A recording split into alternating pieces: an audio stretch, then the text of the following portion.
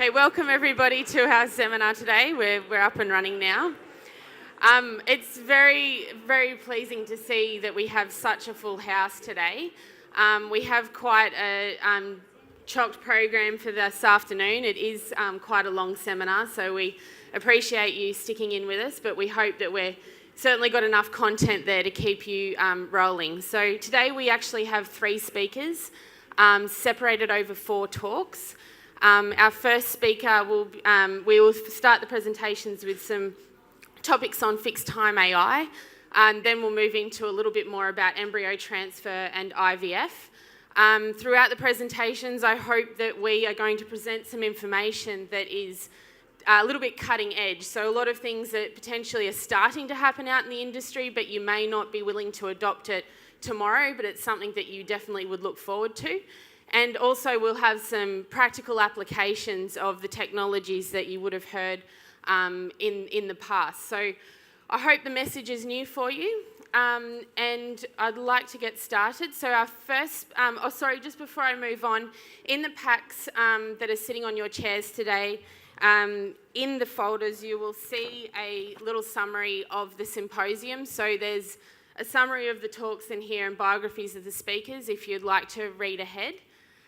The other thing about our speakers is they will actually be present on our stand at the Durack Pavilion throughout the week. So if you'd like to come and have a more detailed consultation with these guys, please touch base with any of the Repro360 team members and they'll organise for you to be able to speak to them. So I will get things rolling. Our first speaker I'm very pleased to present is Dr Gabriel Bo. Gabriel Bo, he may actually be quite a familiar face to some of you. He has travelled throughout Australia quite over the last couple of years, and I think has been certainly responsible for the uptake of AI technologies in this country. So Gabriel is currently the President and the Director of Research at IRAC, which is a research institution in Argentina. He is a Professor of Obstetrics and Biotechnology at the Reproduction Veterinary School of Cordoba. He was the past President of the International Embryo Transfer Society and a founding member of the Argentine Embryo Transfer Society. He has published over 100 manuscripts and had more than 150 invited reviews. So I welcome Gabriel to start his first talk on fixed time AI, and I hope you enjoy it. If we could possibly hold our questions to the end of the seminar, we'll have all the speakers up on the stage and have a bit of a panel discussion about what we've learnt today. Thanks. Thank you very much. And turn off the phones as well.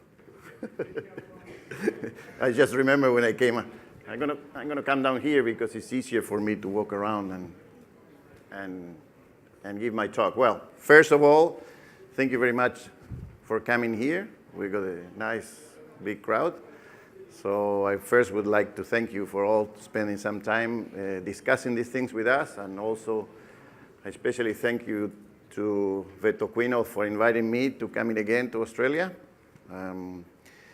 I don't remember what number is this trip, but I've been coming here, I think, since 2006, 2007. And my first time I went to WA to an embryo transfer meeting, and then we came over to Brisbane and Rockhampton, and then we just kept coming almost every year. So that gave me a good opportunity to see what's the industry like in Australia and have an idea, which we got a lot of similarities and some differences as well.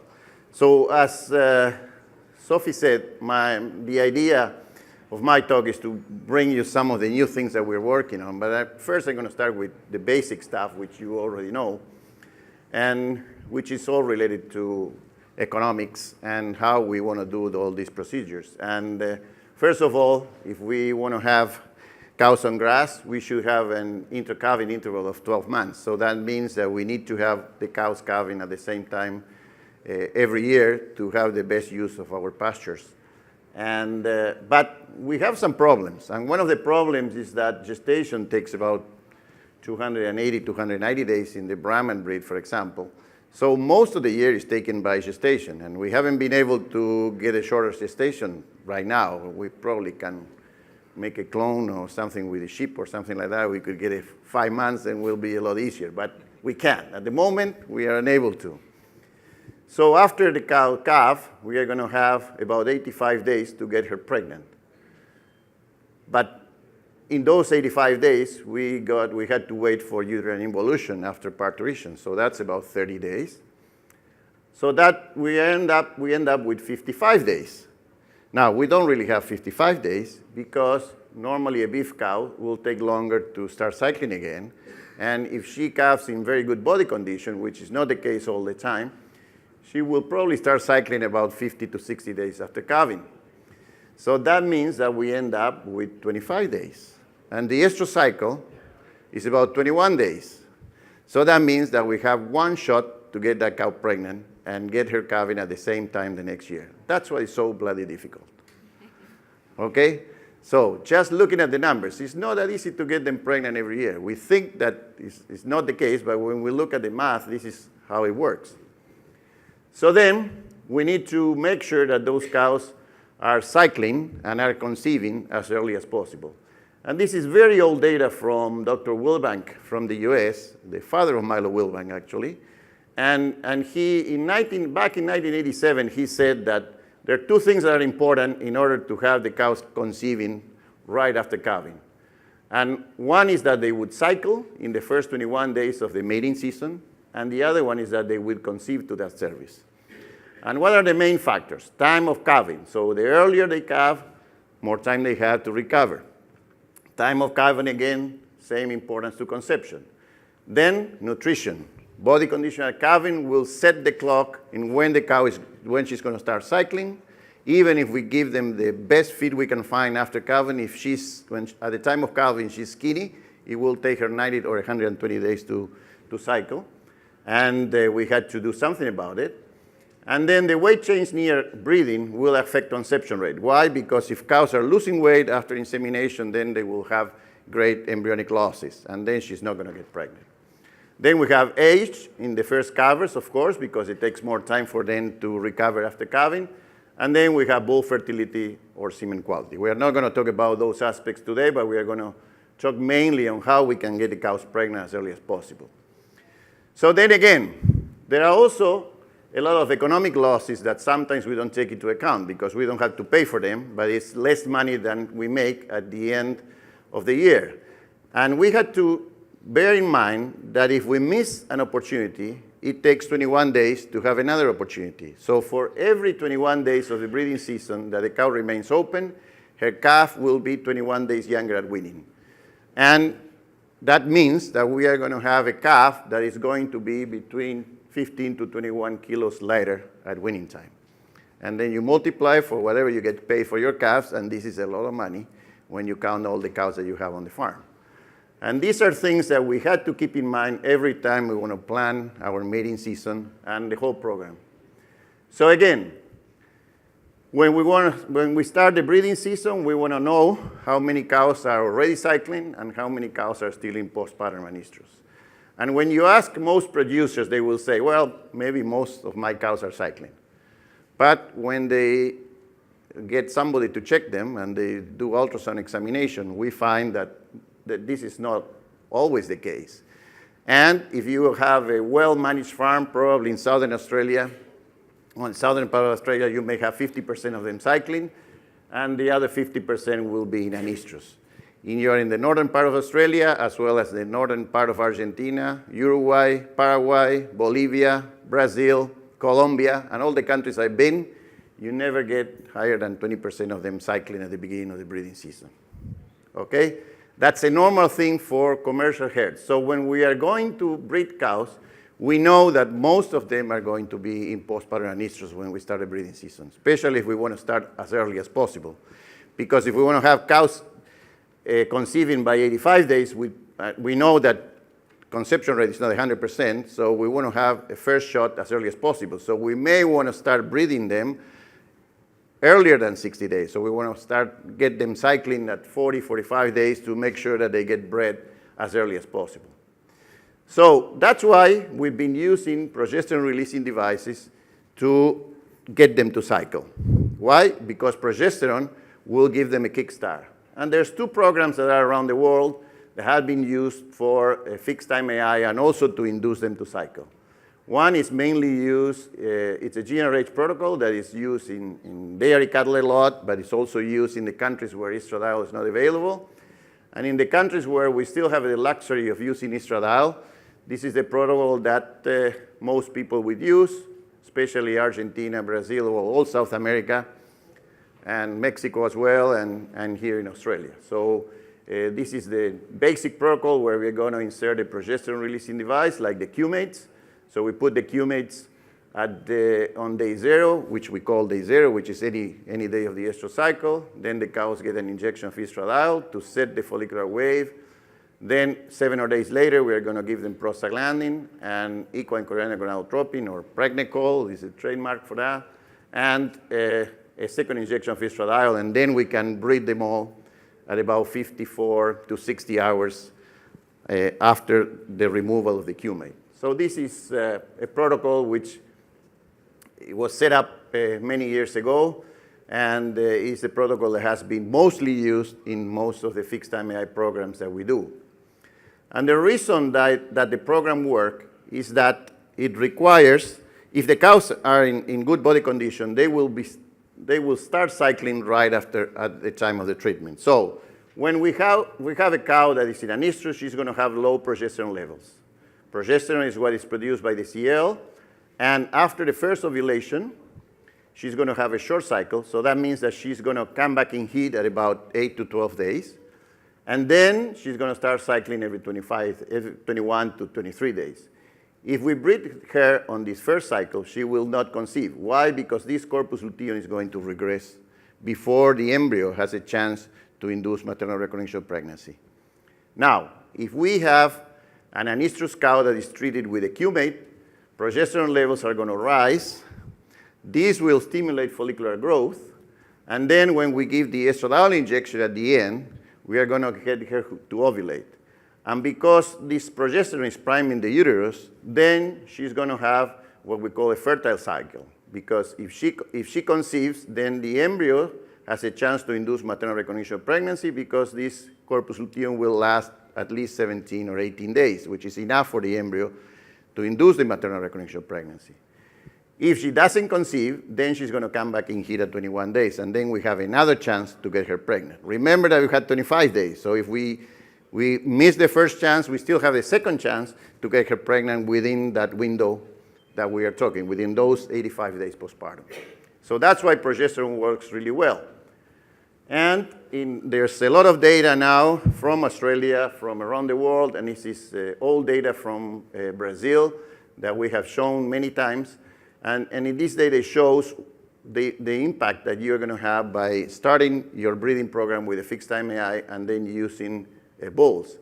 Here, this is a survival curve. So this, we started with 100 cows empty, and then as the breeding season goes along, they will get pregnant. So what we want is that this curve goes down faster. That means that we get more cows pregnant, okay? So then we have the red line when cows were started with a fixed-time AI, and we get about 50%.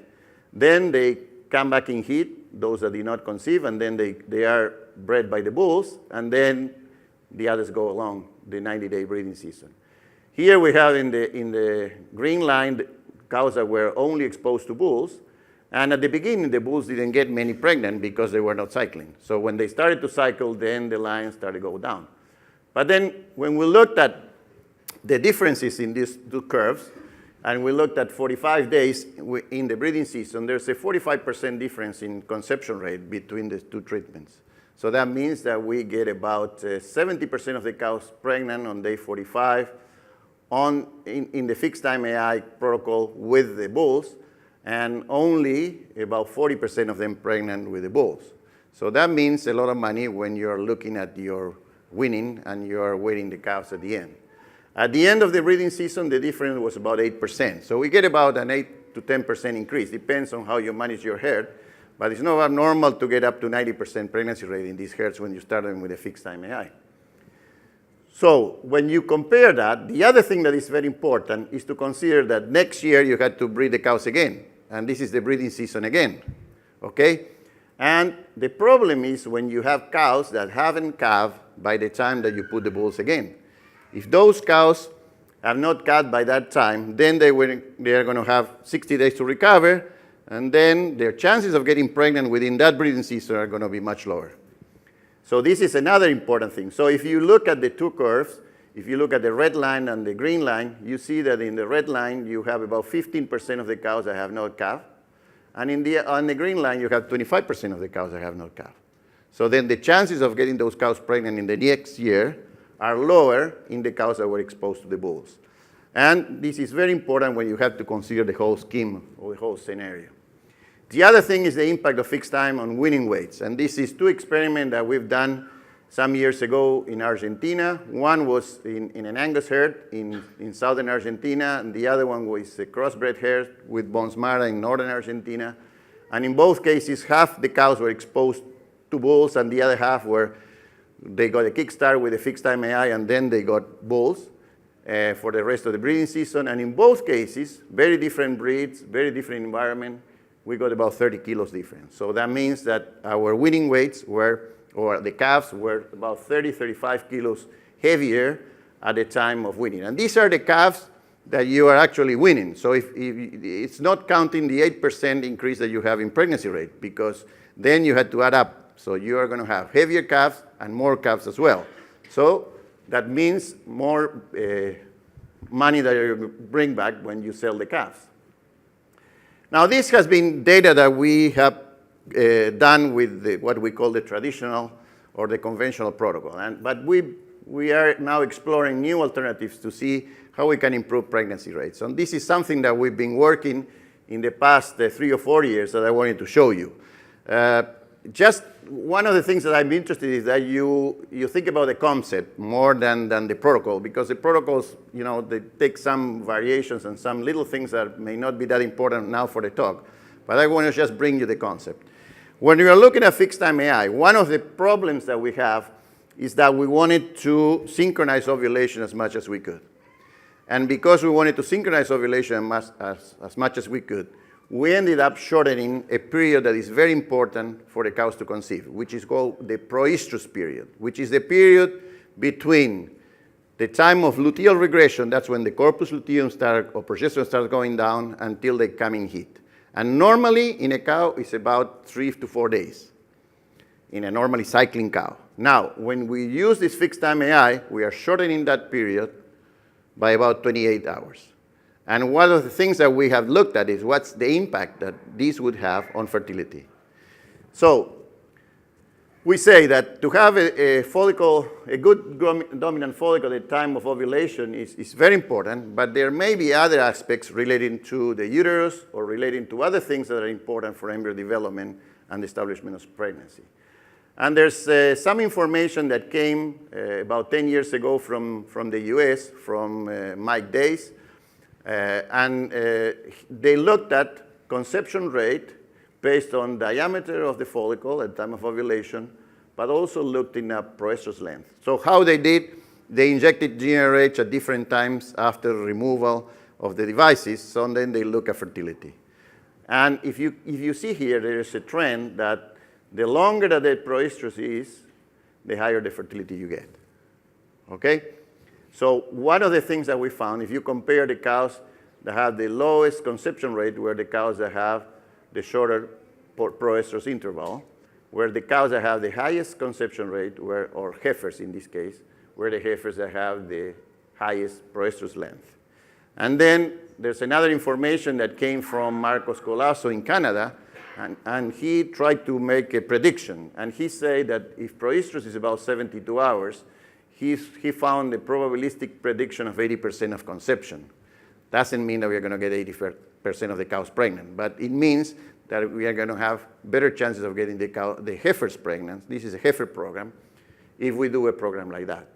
So then what we did, we adapted the protocol that we consider the traditional protocol, what we've been using for many years, which I showed you before. And instead of having the progesterone devices for 7 or 8 days, we shortened that period to 6 days. So we want to have a fresher follicle. And then instead of giving estradiol on day 9, we were not giving anything, and we were letting the cows come in heat on their own. And if they were not in heat by 72 hours, then we hit them with GRH and start an AI at that time. So that gave them a longer period of estradiol exposure before they actually ovulate. And we found that that will also create a dominant follicle that grows faster, because the moment that you take progesterone out, then the system works in a way that the follicle will get a good kickstart, because that follicle needs to grow, and then it needs to ovulate and produce a pregnancy. That's what we want. So then we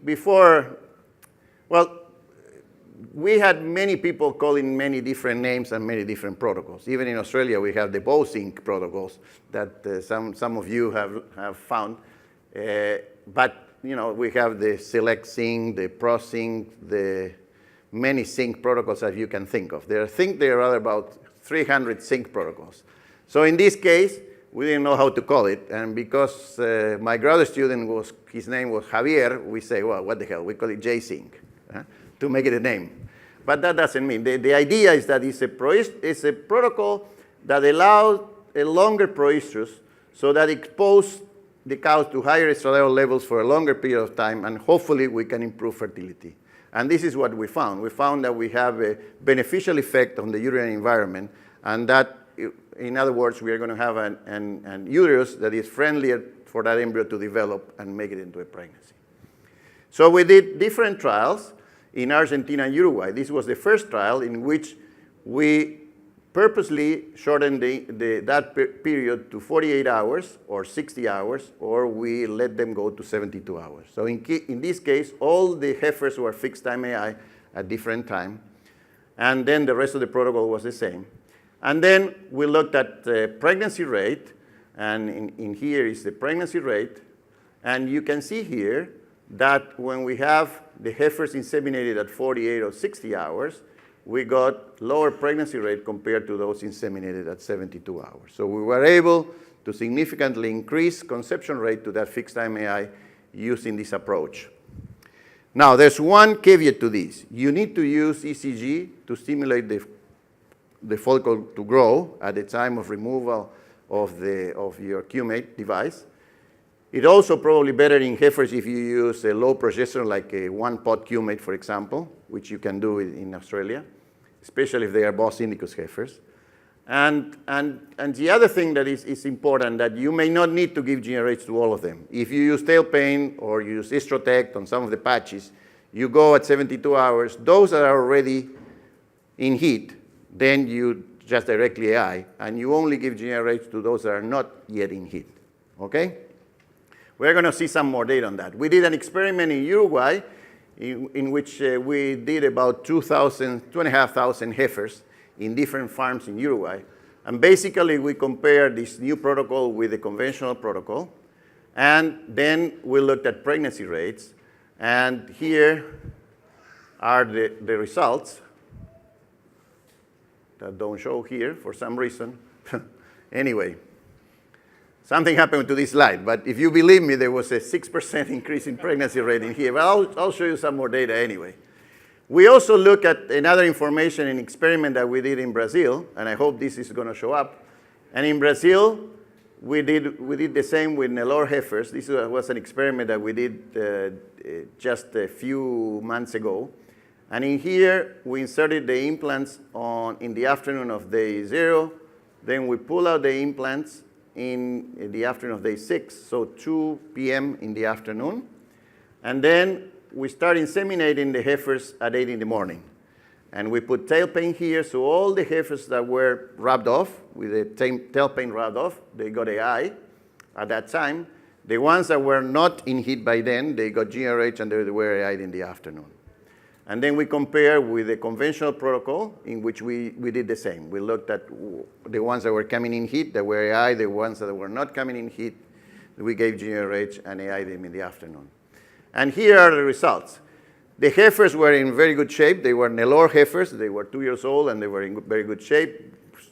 So we got about, most of them ended up showing estrus in the morning, and we got 67% pregnant, those that were in heat with this protocol, compared to 49 in the conventional. We ended up with a 63% pregnancy rate with this protocol compared to the 48% in the conventional protocol. So this is the data on the beef heifers that you haven't seen. I'll probably bring that up in my next talk, was a 7% difference. So that doesn't mean that it's the solution to all the problems, okay?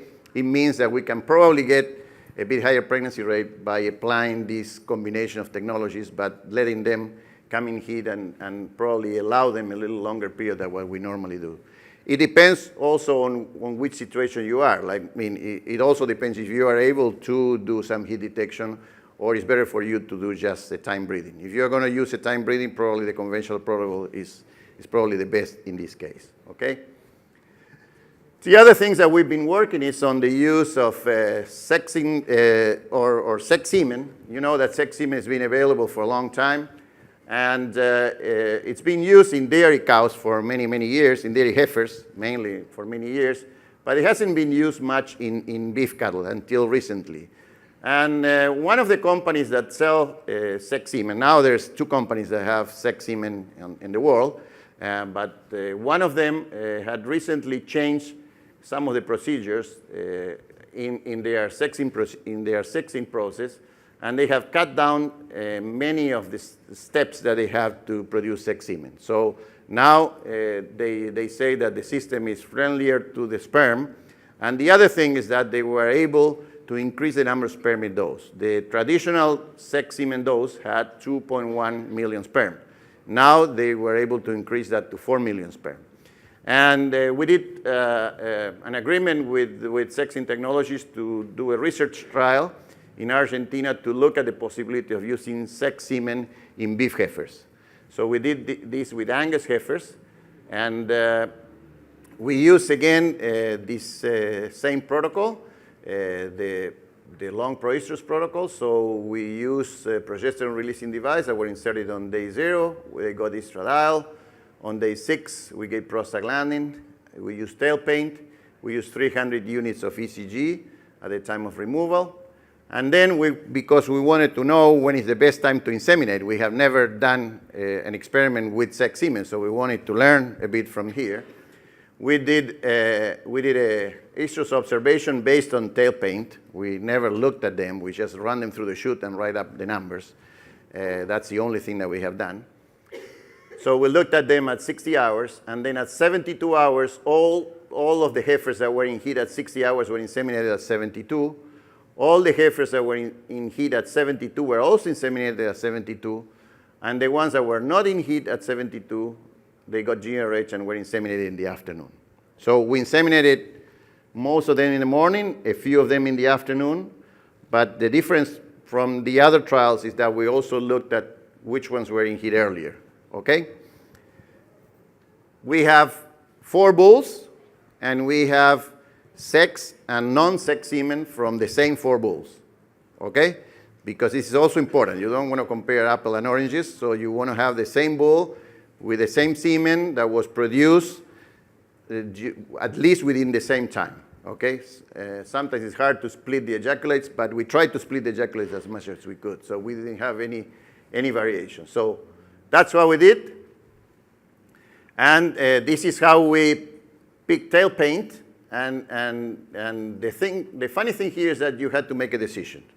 And it usually is only one person that needs to make a decision. Otherwise it gets very complicated. With the patch, it's a bit easier, but we tend to use tail paint because it's a lot cheaper.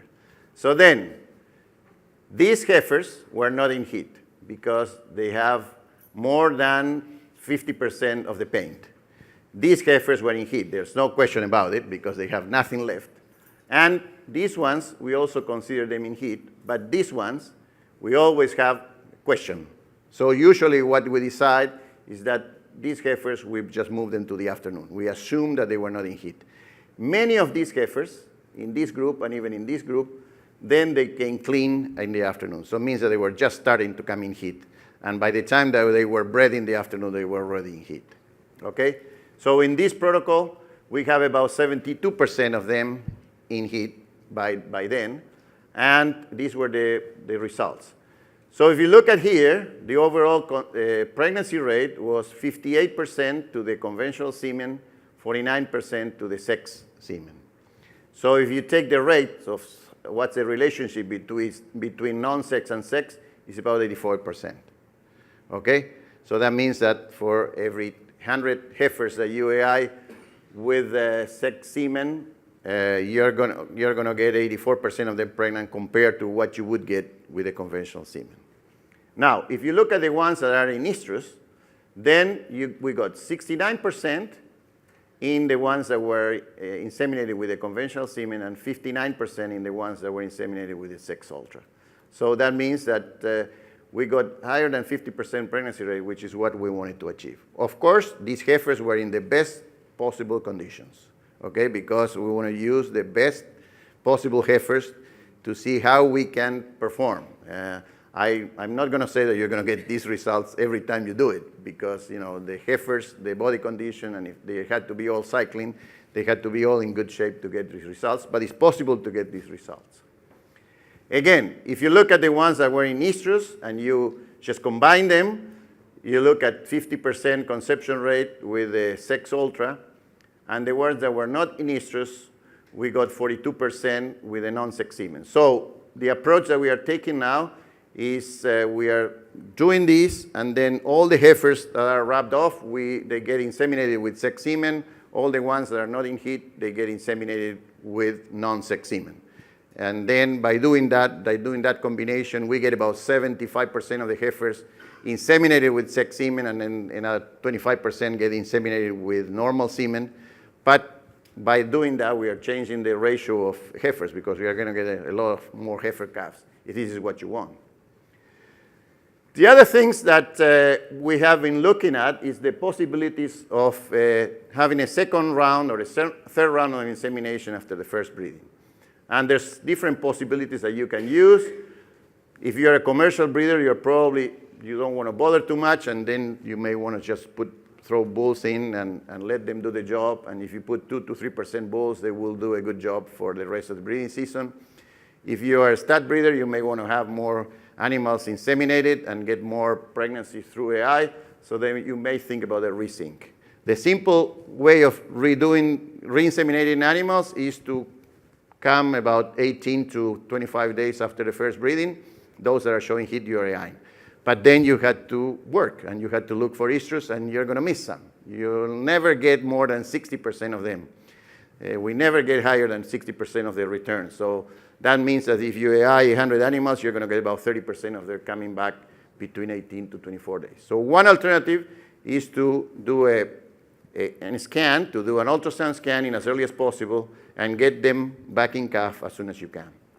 So then there were several protocols, and one of the protocols that we've been using, there are other protocols as well, is to insert the Q-mates again on day 22, and you give a shot of estradiol.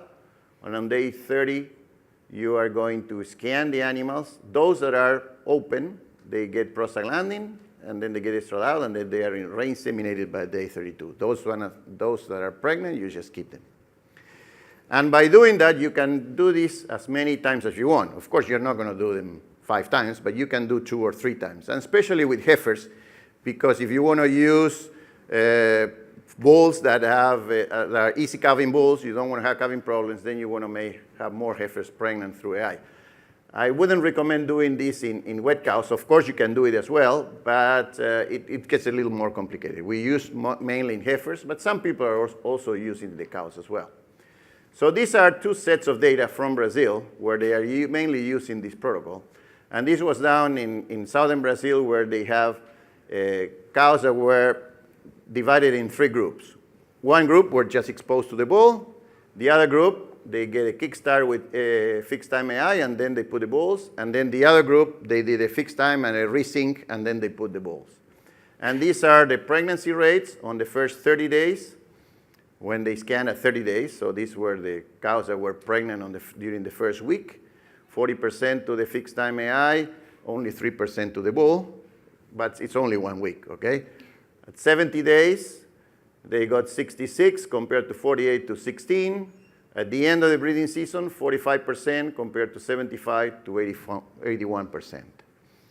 And because of that, some stud breeders in Brazil have said, oh, if we are getting this good pregnancy rate, why don't we just forget about the bulls and use 3 inseminations? And this is what they have done. This is data from an Elor farm in Brazil, and they have 3 different groups. One group, they started with fixed time AI, and then they put bulls. The other group, they did 2 rounds of AI and then bulls. And the last one, they did 3 rounds of AI and no bulls, okay? And they have a 64-day breeding season. So it means that they were AI in 32 days and then another 32 days to the 3rd round. This is the data. So again, in here, these are the pregnancy rates. These are the pregnancy rate to the first breeding. So they got very good conception rate to the first breeding. And these are the pregnancy rates at the end of the breeding season. So these were the 3 rounds of AI. These are 2 rounds of AI plus the bulls. And this is 1 round of AI plus the bulls. So there was no significant difference here. But they got 87% of the cows pregnant through AI and without using any bulls. So this is a possibility that you can use. This is to show you how you can push the system to get the best outcome. So just to finish, in summary, we need to have a 12-month interval to get the highest possible number of cows pregnant within 85 days. We need adequate nutrition in order to do that, because this is not only treatments, you also need to have a good body condition in the cows. We can use the treatments for fixed time AI to decrease the postpartum interval, and we can inseminate the cows, or we can even put bulls in. I mean, if you don't have the possibility of doing AI, we can even think about getting them a kickstart with the Q-mates and then put bulls in. You need to put, maybe you need to put about 5% bulls at the beginning, and then you can take out some bulls. And if we combine tail paint or patches for estrus detection, we can use sex semen in those that are coming in heat and get about 50% of them conceiving to the sex semen. And we can also use resynchronization treatments. And if we do that, we can get about 70% of the cows pregnant with 2 rounds of AI, and about 85% of the cows pregnant with 3 rounds of AI. So I think this is possible, and now we have the tools to do it. It's just a matter of getting ourselves organized and do it, and make sure that you have good fertility in your cows and good fertility semen as well, which is also important. So this is just to show you how the market has changed in Argentina in the last few years, and you probably have seen this slide many times from many people, but we started with fixed time AI back in 2000, 2001. The first fixed time AI protocols were developed in 1995. And you see how we increased the number of cows inseminated. And most of the beef cows that are inseminated in Argentina now are through fixed time AI. We still have some people that do estrus detection, but if you compare the number of devices sold and the number of semen sold, we get about 80%. There's probably about 20% that may not use fixed time AI, but this is how the uptake has been. It doesn't mean that all the cows are inseminated, because we are talking about 12 to 15% of our cow herd. So we still have 85% of the cows that are still bred by the bull. And with that, I would like to thank you very much. And if you have any questions, I think we're going to do it at the end, right?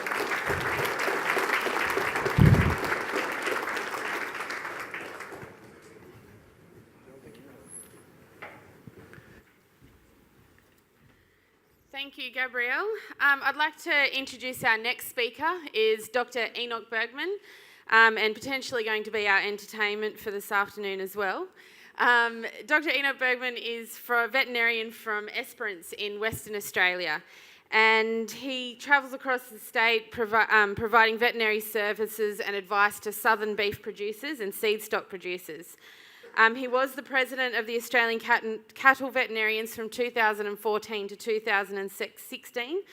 He's certainly a passionate advocate for the Australian beef sector, and we're quite keen to listen to his presentation today on building a better cow, and we hope to look at some practical data that he has generated from a recent MLA trial he's involved in. Thank you.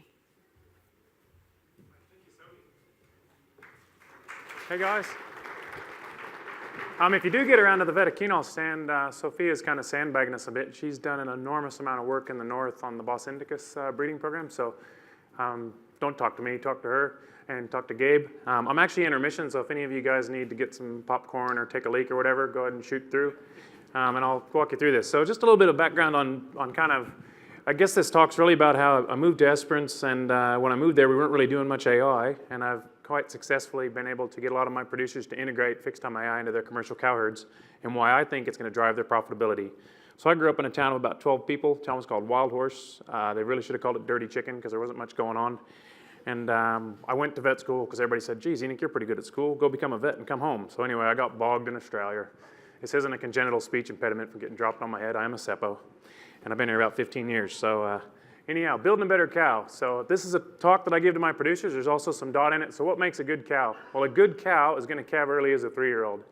She's going to deliver a healthy calf within the first month of the calving season. And that's really important for a young cow.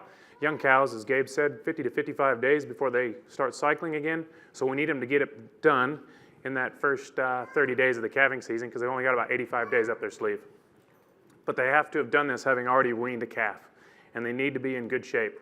If they're in poor body condition, or worse, if they haven't weaned a calf already, according to a fella in the U.S., he reckons it takes 3 to 5 years to make up for an animal that doesn't get pregnant as a heifer. So I'd say to my clients, don't get married to your heifers. I know you've looked at them all day, and maybe you've got your mates to help you look, and you picked them out when they're about 9 months old, and it's a bit like trying to pick your significant other, your wife, when she's a 3-year-old. You're probably going to fuck it up, all right?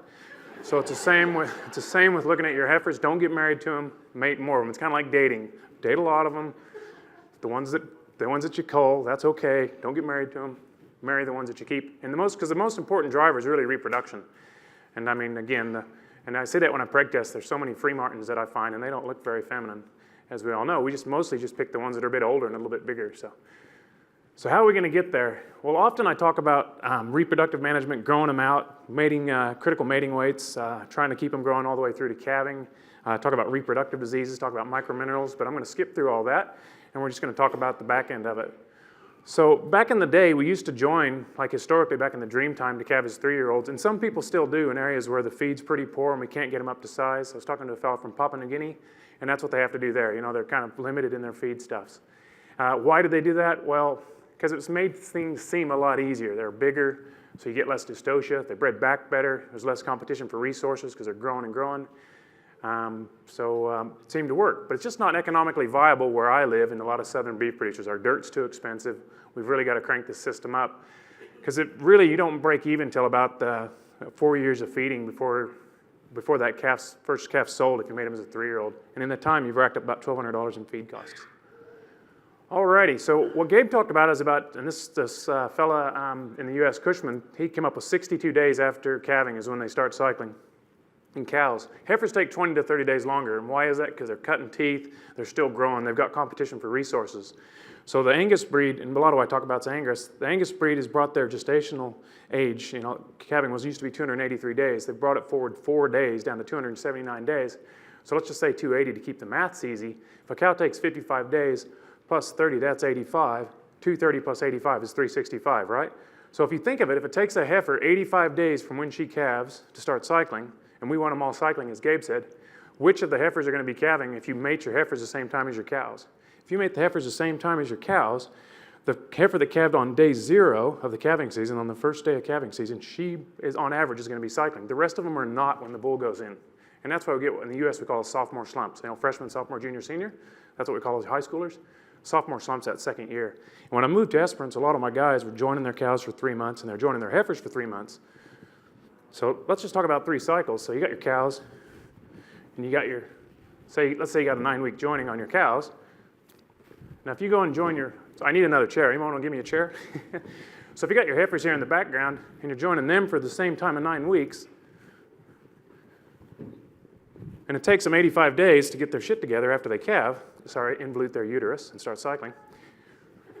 Those girls that got pregnant here, when the bulls go back out again, these girls right here, see this real thin slice that you can't see? They're cycling. The rest of these are going to come on heat over time for their first cycle where they're actually going to be susceptible to falling pregnant. So what we want to do is try to prime this system. So talking to my guys, I was like, man, we need to change this up. Don't get married to your cows. Don't try to get them all pregnant. I mean, there's a guy named, I don't know if any of you guys have ever heard of Kit Farrow, but Kit Farrow grew up very close to where I grew up, where my family homesteaded. When I was a little kid, I'd sit on, and he called them bull sessions. He was just a little breeder at the time. We'd sit in his barn and talk about this stuff. And now he's, I think, the number 8 breeder in the U.S. for selling bulls. Anybody know Kit Farrow? Pretty neat guy, eh? And one time he came and talked to my vet school, and he said, all right, students, he said, what's better, 95% conception rate in heifers or 85? And everyone's like, oh, 95. And I went, 85. And he goes, fucking Bergman, shut up. And he's right. You don't want to get them all pregnant. This is a test. This is their first exam, and it's like your new employee. When you got a new employee, what do you do with them? You go out with them. You show them where the gates are. You show them how to take the header front off. Then after you've taught them stuff, which is like the heifer you look after, if he rips it off in the gate post, you sack his ass. And that's what it's got to be with the heifers. Look after them, get them grown out, give them a challenge, 6 weeks at most, and if they get pregnant, great. Plus, I want to bring them forward a little bit. So let's take these heifers and let's make them for 6 weeks instead of 9 weeks, all right? So let's budget on getting 85% pregnant. This is what I used to tell my guys before I got into more AI. Alrighty, so if 85% of them have gotten pregnant, the other 15% are gone. They haven't cut teeth yet. They're valuable animals. We can short feed them, we can grass finish them, we can do all sorts of stuff with them. They're valuable animals. If we'd done what we did historically, these animals here are going to be empty. Now they've cut teeth, and we're going to get cow price for that animal. We've lost almost 35% on a carcass weight value on it. So let's join them short. So we got 60-24. That means we got 70% of them pregnant before the cycle. We got 70% of our heifers cycling as first calvers now. You following me? Instead of 0%. Is that great or is that great? That's freaking great. All right, let's move on. We're talking about AI, aren't we? All right. Anybody need to go to the bathroom yet? So it takes them 20 to 30 days longer. Heifers that conceive at the same time as cows will calve at the same time, but will conceive about 20 to 30 days later the following year. Heifers that get pregnant late are often empty. So using, Gabe lent me these slides, so that's what we're trying to combat. We're trying to get these girls sorted out. So this is from Cushman back in 2013, a slide from Cliff Lamb. So they looked at they did a regressional look at the Meat Research Center. It was a twinning program. I think it was about 12,000 heifers, and they looked at them and they said, did you calve in the first 21 days, the second 21 days, or the third 21 days? First, second, third. And this is the flow-on effect. So see the conception rate there up in much higher between those in the first 21 days in the mid-90s, around 90 and around 85. And that's a carry-on effect that keeps following through, and it makes sense, doesn't it? So if you look at it from a survival curve standpoint, they got one more calf out of these girls. Further, the calves that they did produce were heavier, because if they calve earlier, as Gabe said, their calves are heavier because they're a little bit older. So it's just this flow-on effect. We're trying to set these heifers up to succeed. If we get a heifer in calf late, that's a tragedy, because she's either going to be empty and decreased value next year, or she's going to calve late again next year, conceivably. We don't want that to happen. We got to gear this system and bring it forward. And I found this on Google. It's amazing what you can find on Google. I was just looking for a cow on a pirate ship. So a cow spends its entire life on a pirate ship. So that's the farm, and that's the abattoir. We got an abattoir in Esperance called Shark Lake. So that's Shark Lake, you see? So if that heifer gets pregnant late in the calving season, she's going to end up in the piss next year. And I don't want that. I want her on the boat. I want her, swabbing the decks and things like that. So how are we going to get this to happen? Well, this is talking about what I talked about a minute ago. We need to buy them more time. So if we had 13 months in a year, if we could slow the rate at which the Earth traversed around the sun, that'd be great. We'd all die a lot younger. You work that out later. The shorter gestation, could we do that? Yes, we actually are doing that with various breeds, and Gabe touched on that with the Bos Indicus. Could we calve 1 month later every year? Sure, if we had consistent feed year round. Are we going to do that? Hell no, you're going to drop calves. So, we try to calve with our resources, don't we? But we can for their second mating, and this is the driver. Mate those heifers a bit early, mate them shorter, let the mating program pick it out. So if you join heifers for less time than the cows, it's a good selection tool for reproductive efficiency, releases a few extra bulls as well. So for some of my guys, we might use some bulls on the heifers, and then what ends up happening with bulls when they go to work? They're just like kids at the pub, they glass each other when they get into the Bundy. So these girls are done. These guys still got, another 6 weeks to go. So, this guy's glass, you're gone. All right, you can slot in here. So it releases a few bulls. That's handy. That's good. Saves us a bit of coin. Easier heifer calving management, because let's talk about 100 heifers. Let's talk about 1,000. 100's easier. I'm not very good at math. 3% of your heifers are going to get pregnant every day, right? So the first 21 days of the calving season, you're going to get 3 calves a day. And that's kind of fun. You know, you go out, you pull some calves. It's great. The next 21 days, you got 1 calf per day, right? 24% divided by 21. You with me? Say 40% left, 60% of 40 is 24. Are you with me? You come out, and I'm Tony. Righty, 1% per day. Next 3 weeks, you get 9.5% over 3 weeks. So now you got 1 calf every other day. Now your kid's got footy practice. You're down here and you're trying to seed where I come from, and you're getting 1 calf every 3 or 4 days. Are you going to watch them? These are the late ones too. They're getting a little bit bigger. So then you got a heifer in the morning who's got a hip lock calf hanging out of it, and that's bad. You got a dead calf and a dead heifer. Keep it short. Sell those girls. Don't get married to them. Unless you're Mormon, you can marry as many as you like. The best part about it is it buys the heifer more time to get back in calf. That's the driver. So when I started in Esperance, that was my big driver, trying to get guys to join for 6 weeks. And I got most guys doing it.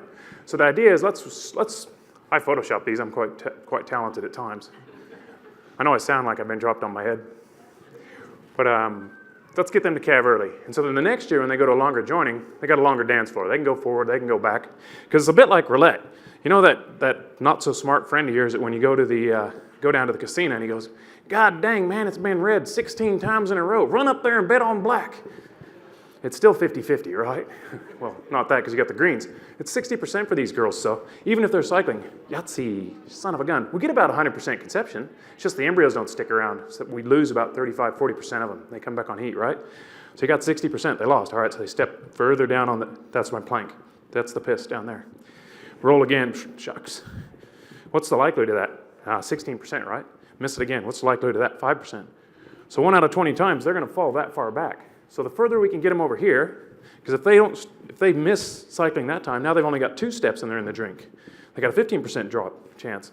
What if we join them like we talked about historically? Well, frick, they're probably only going to get 1 chance and they're in the piss. You following me? I know I'm beating a dead horse here. He didn't know I was a horse fed as well. So the short and early joining, empty heifers are marketable. We can market the empty heifers with the remainder of the yearlings.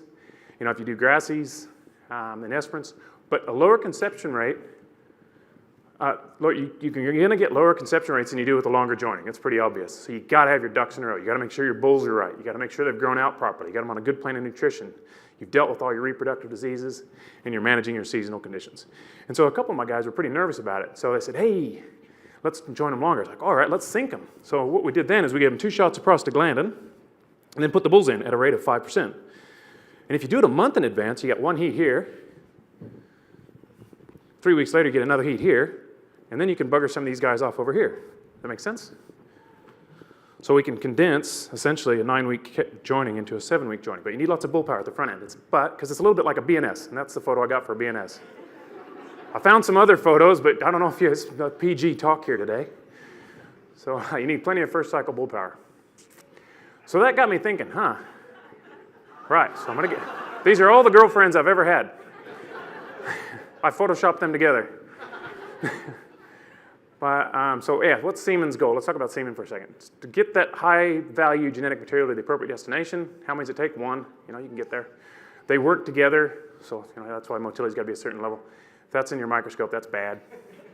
So that's motility. What's morphology? Has anybody in the taxi? So if only 1 goes to the airport, and if frickin' De Niro's in there, that's bad.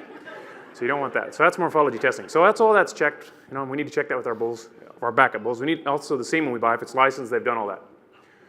All right, so I was thinking, well, heck, if I'm going to synchronize them, I'm already syncing them. I might as well do fixed time. Why? Because it gives me access to superior genetics, better genetics than I can afford to buy.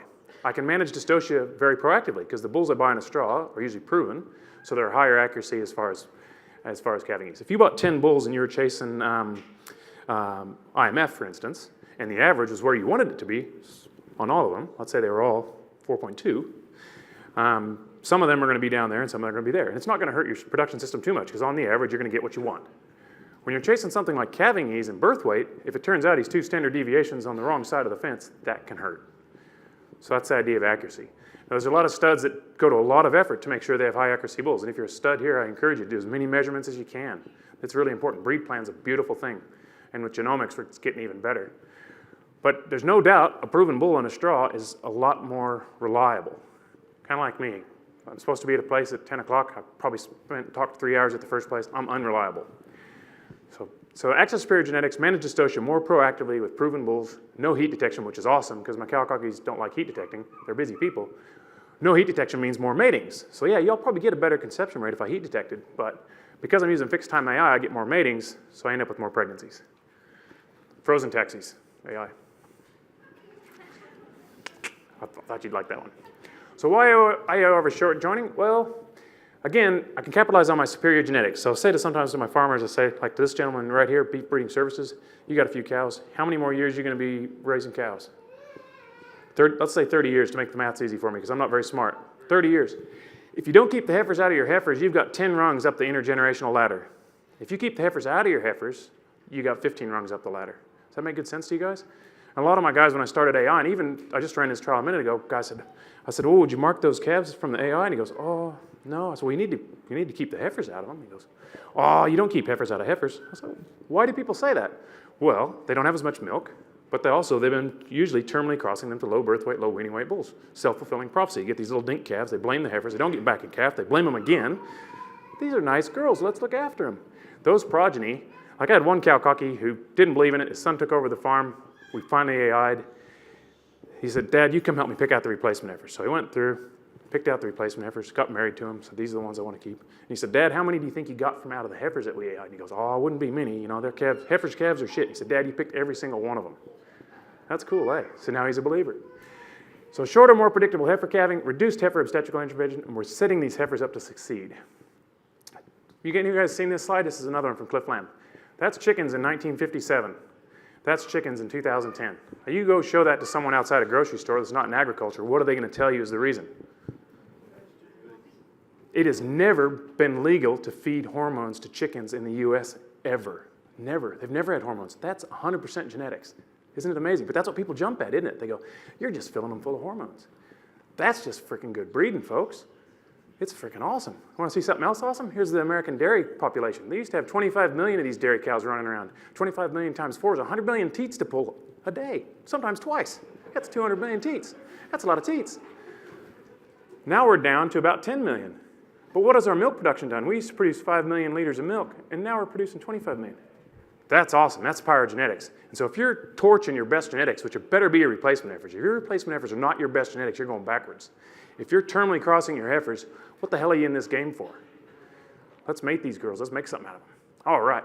So in my business, I wasn't doing anything, and our practice software only goes back to 2012, so I just looked this up for Sophia.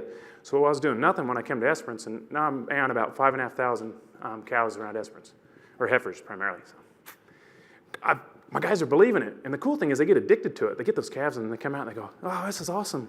And I've got a lot of good help from a lot of semen suppliers that have helped me over the years. Alrighty, so that normal return to estrus. These Q-mates, what I like about them is that I can reuse them. So when I put them in heifers, I'll use them the first time, and then I'll have the cow cocky wash them. I'll say, take them home, pull them out, give them a rinse off, and then wash them in your neighbor's washing machine. They're not gonna hurt your washing machine. It all comes off anyway.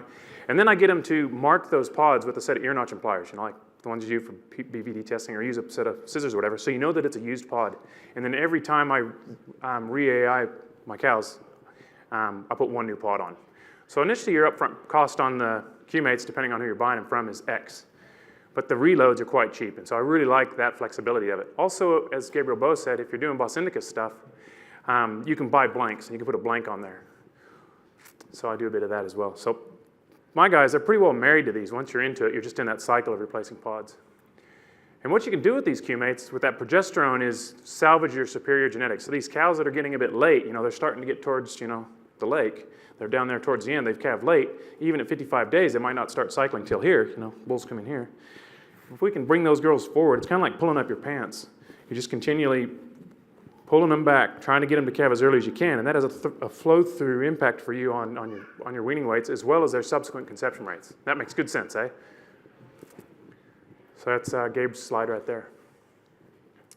So then guys go, oh, but it's pretty, you know, it's pretty hard, it's pretty annoying, blah, blah, blah. It's pretty expensive. So I'll say, well, what does it cost you to use a bull? And nobody really ever told me what it costs to use a bull. Hey, I love bulls. A lot of my clients are seed stock producers, but what does a bull cost? Well, let's look at a bull used for 6 weeks. So it's going to be your purchase price minus your coal price, divided by his longevity. What's average for Angus bulls in Australia? 3 years? Yep, 3 years. Some bulls break down the first year, some at 4, so 3. So divide that by 3, plus maintenance. You could also say opportunity loss, 1.5 cows or calves, or 1.35, because 90% of 1.5 is 1.35, meaning you get 1.5 cows exposed, you get 1.35 calves. But let's just say maintenance. Maintenance about $400 a year for an Angus down where I live, other than the fixed costs, like your ute and stuff. So that's another $600 divided by the service booking. So let's say 30 to 40 divided by conception. So at 4,500 divided by 3 is $1,500 a year, plus 600 is 2,100. 2,100 divided by 30, divided by 84%, which is expected rate for 6 weeks, works out to $83 a calf. That's the cost of your bull. Have any of you guys done that before? It's a good investment if it's good genetics. So what's AI cost? Oh man, it's going to be a lot of trouble and blah, blah, blah. Well, synchrony is going to cost you around $20. Semen's going to cost you with like, for instance, ABS. Fletch there in the room provides me a lot of good semen. The semen's around $20. Your technician time's around $10, and you divide that by conception rate. So even if you lowball yourself at 50%, that's about $100. So people say, well, I didn't want to do it. Well, there's some other things we've got to factor in here. So like this is Leonardo. He's a bull I used last year in this MLA trial. So he's at 400 days, which is when we're kind of getting rid of our grassies. He's, what number we got there, team? 96? So breed average is 79. So what's that, 17 kilos. So he's going to pass half that on, right? The dam's going to give her half. So he's going to contribute an extra 7.5 over the average Angus bull. The average Angus bull, right? Of all the animals that went into breed plan that year. So the synchrony is going to bring him forward an average of 21 days, or an average of 10.5 days, so half of 21. So by synchronizing them, they're all going to come on heat these 3 weeks, and in these 3 weeks, we're going to drag both of these groups forward an average of 10.5 days. So that's going to be a bit of weight. The gestational length, so if we go back to old mate, he's -7 for gestational length, so that's going to give us another 3.5 days, roughly, so another 3.5 kilos. Curve bender bulls produce significantly more kilos than usual safe live bulls. So when I do my AI programs and I buy semen in bulk for my friends, I normally buy in the top 5% for calving ease, try to get in the top 1% for birth, and then in the top 10% for 200 and 400 day. So I'm curve bending, low birth weight, high weaning weight, and preferably a low mature cow weight if I can get it. So if we just said that bull we just looked at, Leonardo, versus the average bull, the average Angus bull that year, that's another 8.5 kilos. So in total, we got 22 kilos, and I think Gabe showed bigger figures than that. So that's $66. So if you take 66 off your 100, now you're looking at $83 for a bull for 6 weeks versus 1 round of AI for $34. Do you follow me? And you can back them up, reduce your bulls down to 2% instead of 3, so reduce your bull cost by a third. You could resync them. So for a lot of guys, I put a device back in, resync them, as Gabe had said. There's lots of options there. So it's not that expensive. The interesting thing is when I preg them, they're a totally different animal because they've been handled. They've been acclimated to humans. And people that comment in this MLA trial is that when they go to go out and mark down which calves were born, they say, geez, the AI'd ones are quite quiet. So most people, when they've done with it, they like it. So if you haven't done it, give it a crack. It's a good thing. Here's some stuff done by Rogers. So they took a bull and they milked him. So one, they used the bull, and then the other group, they fixed time AI and then put him out. And yeah, it worked out to 17 kilos difference. So it's just the advantage of that synchrony. And we'll talk about the trial that I did with MLA pretty soon. So with my guys, I'll do a 2-round AI program. Those are Estrotechs if you haven't seen them before. I was at a dairy giving a talk, and I stuck one of those on a Jack Russell, and no bullshit, it was gone for half an hour and something got to it. I was like, I'll be damned. I kind of think the cocky might have... So 2-round AI, fixed time AI, followed by resynchrony, a second AI to heat detection, or 1-round AI backed up by 2% bulls. Some of my guys will AI them once, wait 10 days, and put the bull in for 9 weeks, and then when I preg, we sell the late ones. And some of my guys are getting to where they're doing 2 rounds AI. They still back them up. They sell the late ones, and they're just keeping the AI progeny. But there's more. Cool. So if you used to terminally cross your heifers, and I hope you guys didn't, because you seem a lot smarter than the West Australians where I'm from. Sorry, West Australians. I can't go home now. Shit.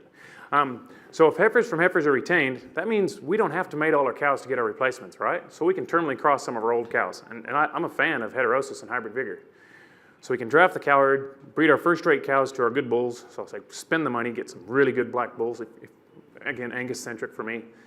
1 round of AI, kickstart those lactation on estrus cows conceivably, and breed my second-rate cows to terminals. That's the apparently biggest cattle beast in the world. It's a steer in Scotland. So say no to Euro cows as breeders. I love frickin' Euro bulls as terminals. Frickin' love them.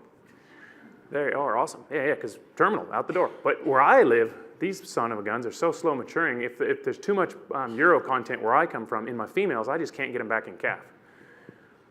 But man, can they produce some kilos of beef. So the idea is to pick your heifers before you're born. So I'm the same age as this guy. Do you guys remember him? Who's this guy? Macaulay Culkin? I wanted to be him. He's going to have chicks. He's going to have cars. He's going to have a fat time. He's actually a heroin addict. So picking your heifers when they're 8 months old, see, it might not go like you plan. Always look to the dam. If someone said to me, do you want to go out with Elle Macpherson's daughter? Am I going to ask what Elle Macpherson's daughter looks like? Someone informed me she's got a 9-year-old daughter, so I got to quit with that joke. But look to the dam. And my dad told me that when I went to college. The worst advice I ever got. That's a hard thing to work into a date. So what's your mother look like? Why do you ask? Oh, I was talking to Pop. But my mother and father are my auntie and uncle. You work that out. So I always looked at them, and she's 50 years old in that photo. That's pretty awesome. And hey, good bulls, man. Get the good bulls. Yeah, you bet. Let's keep this balanced. Like there you go. You got these guys. They didn't appear to be. They were pretty innocuous, weren't they? They almost shut us down. So that's a red Angus. That's a blonde Aquitaine. What about this cute little bastard? Oh, yeah, he's bloody huge. So yeah, just because they look good when they're little, don't be fooled. Yeah, so a couple of my guys in Esperance, they were on us. So take the AI challenge. So we AI'd half, and the others went to the bull.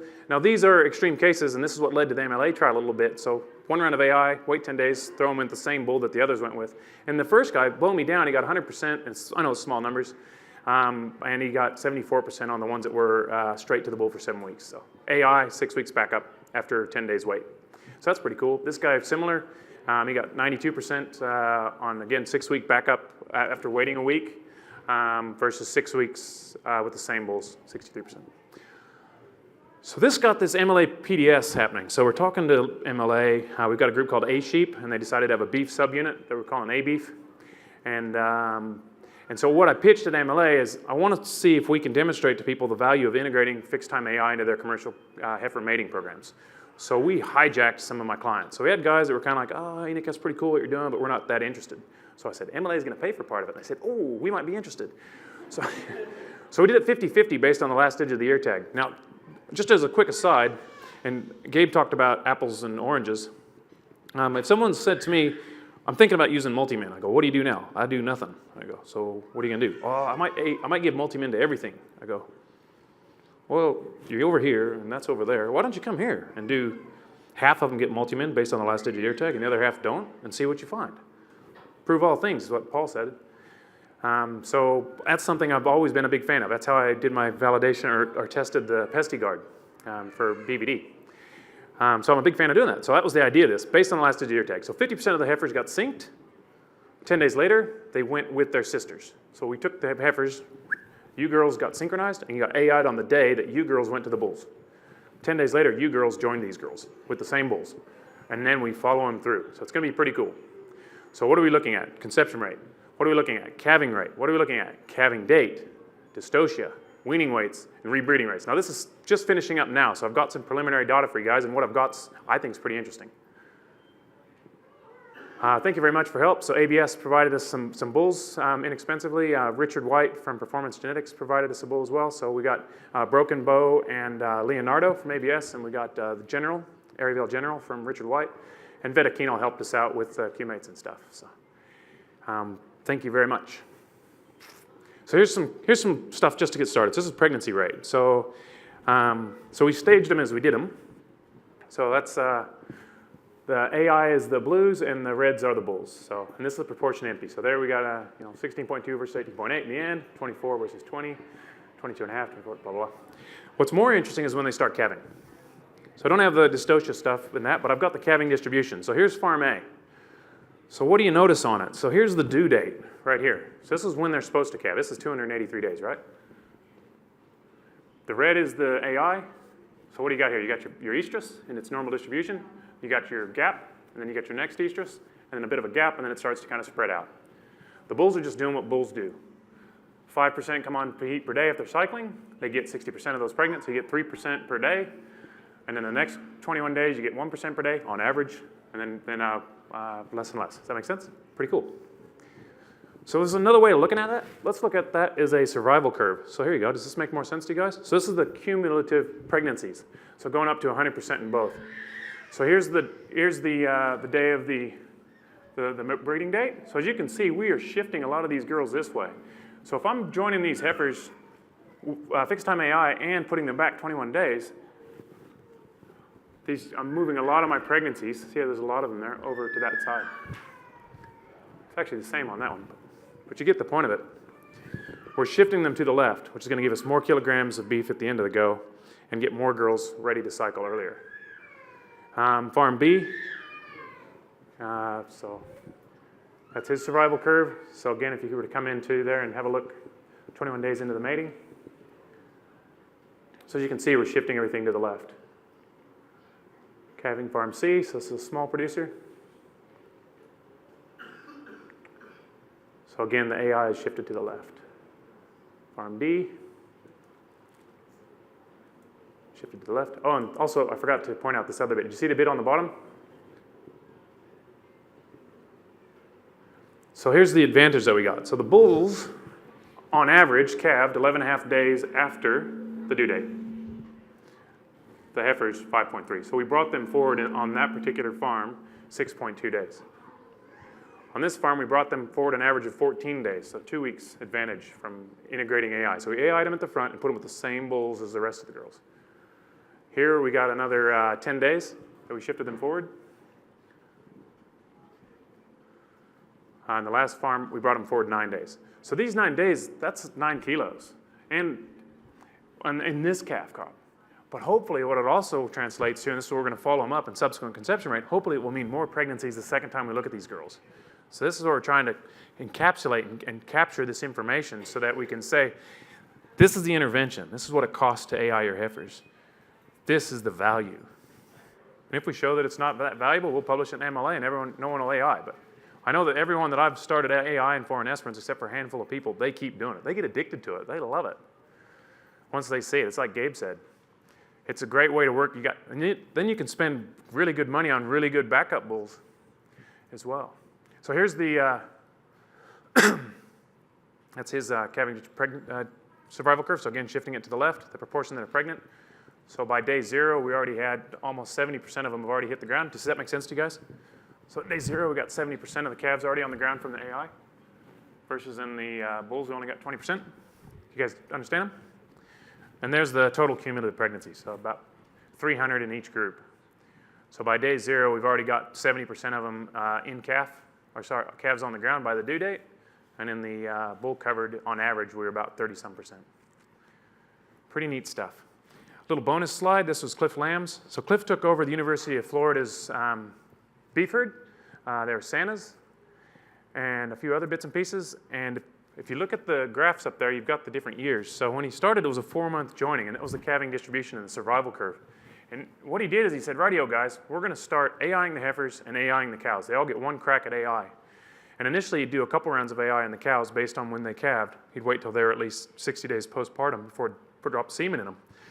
And what he's done over time is he shifted it forward. Now when he started this at the University of Florida, the workers said, geez, Cliff, we don't want to do that. That sounds like a lot of work. And he said, well, I think it's going to make you money, meaning we're going to get more out of the calves. And so how about, if we do it, you guys can spend the money that we earn.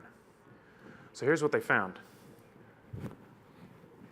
So in 2006, their pregnancy rate on a 4-month calving was 81%. By the time they got to 2013, they got up to 93%. This was a 4-month calving window. This is a 9-week calving interval. Or sorry, 9 times 7, 10-week calving interval. Pretty cool, eh? Mean calving date on the Julian calendar, he brought it from day 80 down to day 38.7. That's cool, eh? What else? The value in the calves because they weighed more. And these guys got to spend this money. So he said by about here when they started making more money, so they all got to drive new pickups and get new gators and stuff, then they were into it. $170 extra per calf at turnoff and a shorter joining worth 50 grand for the farm. $4 a kilo in the US. We're at $3. So that works out to $120 more per calf by doing 1 round of AI on the heifers, 1 round of AI on the cows, using that progesterone, the Q-mate, to stimulate those animals to get them out of lactation line each, just to drag them forward, continually pull their pants up. Pretty cool stuff. So the bovine TE exam, a TE exam for a cow is the earlier she calves, that's the higher her TE score. The earlier they calve as a 3-year-old, the better cow they're going to be. These are your future employees. Get them to calve early without trouble or trauma. Get them on a rising plan of nutrition, And you don't just pick the best heifers. Quit trying to pick the best heifers unless you're a seed stock producer with breed plan figures. Let the mating program pick them. Build these girls. Get them done. Because the best employees work for us. They calve early. They improve our genetics. A few more bits and pieces. Join more heifers than you do already. Join them short and early. Let it pick them out. Preg test early. Find those dole bludgers and get them gone. Calve with feed if you can. I'm a big fan of weaning early. That's my son on the cover of the Kettle Vets. That's my other fella. Keep breeding. Finally got a heifer. Excellent. Got another one on the way. These things are kind of cool. The main reason I put them in there, I've got a property where there's a landing strip on it. When the calves get out on the landing strip, the guy gets pretty aggro, so we put those in the calves, and then we wean them a week later, and geez, they're quiet, but if my son comes home looking like that, I'm going to wean his ass. So I forgot my thank you slide. Thank you very much, Medicino. Thank you guys for having a listen. Thank you, Gabriel Bo. And I'll get the heck out of your way.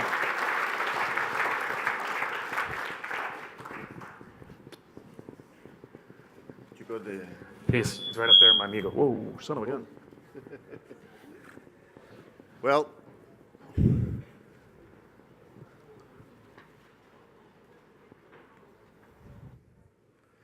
now this second talk, or the second part of my talk, we are going to switch over to embryos a little bit, and so the idea is just to bring up then to the discussion the whole technology package. So in this talk, I'm just going to talk about what's going on with the technology and a little bit what I think is going to happen, and then I'm going to show you some practical results that we're working with. So again, embryo transfer technology has been around for many years. The first embryo transfer was reported in 1890 in Cambridge. So that means that it's not a new technology. It's a technology that's been around for many years. So then we looked at the reproductive biotechnologies. We are looking at artificial insemination. The first two talks were about artificial insemination. Then in the 70s, we got into in vivo embryo production. That was when all the Continental breeds were imported in Canada and the US, and that started the commercial embryo transfer industry. And then in the 90s, we started producing embryos in vitro, and by now we are producing a lot more embryos in vitro. I think that we are just seeing the beginning of the in vitro embryo production around the world. We switched over in the late 90s when Dolly was born with the cloning and transgenesis, although I don't think that cloning is something that we want to do now. It's not an option. I don't think it's an option, and there's many reasons for that. But there's a new thing coming on, and I don't know if you're aware, which is called gene editing. Now you can edit your genes, and you can knock off some genes. For example, there's a project by a friend of mine in Uruguay that they took merino lambs, and you know that merino lambs, they don't look very good when they are born, and they knocked over one of the genes related to muscle development, and then they got double muscle merino lambs by doing that.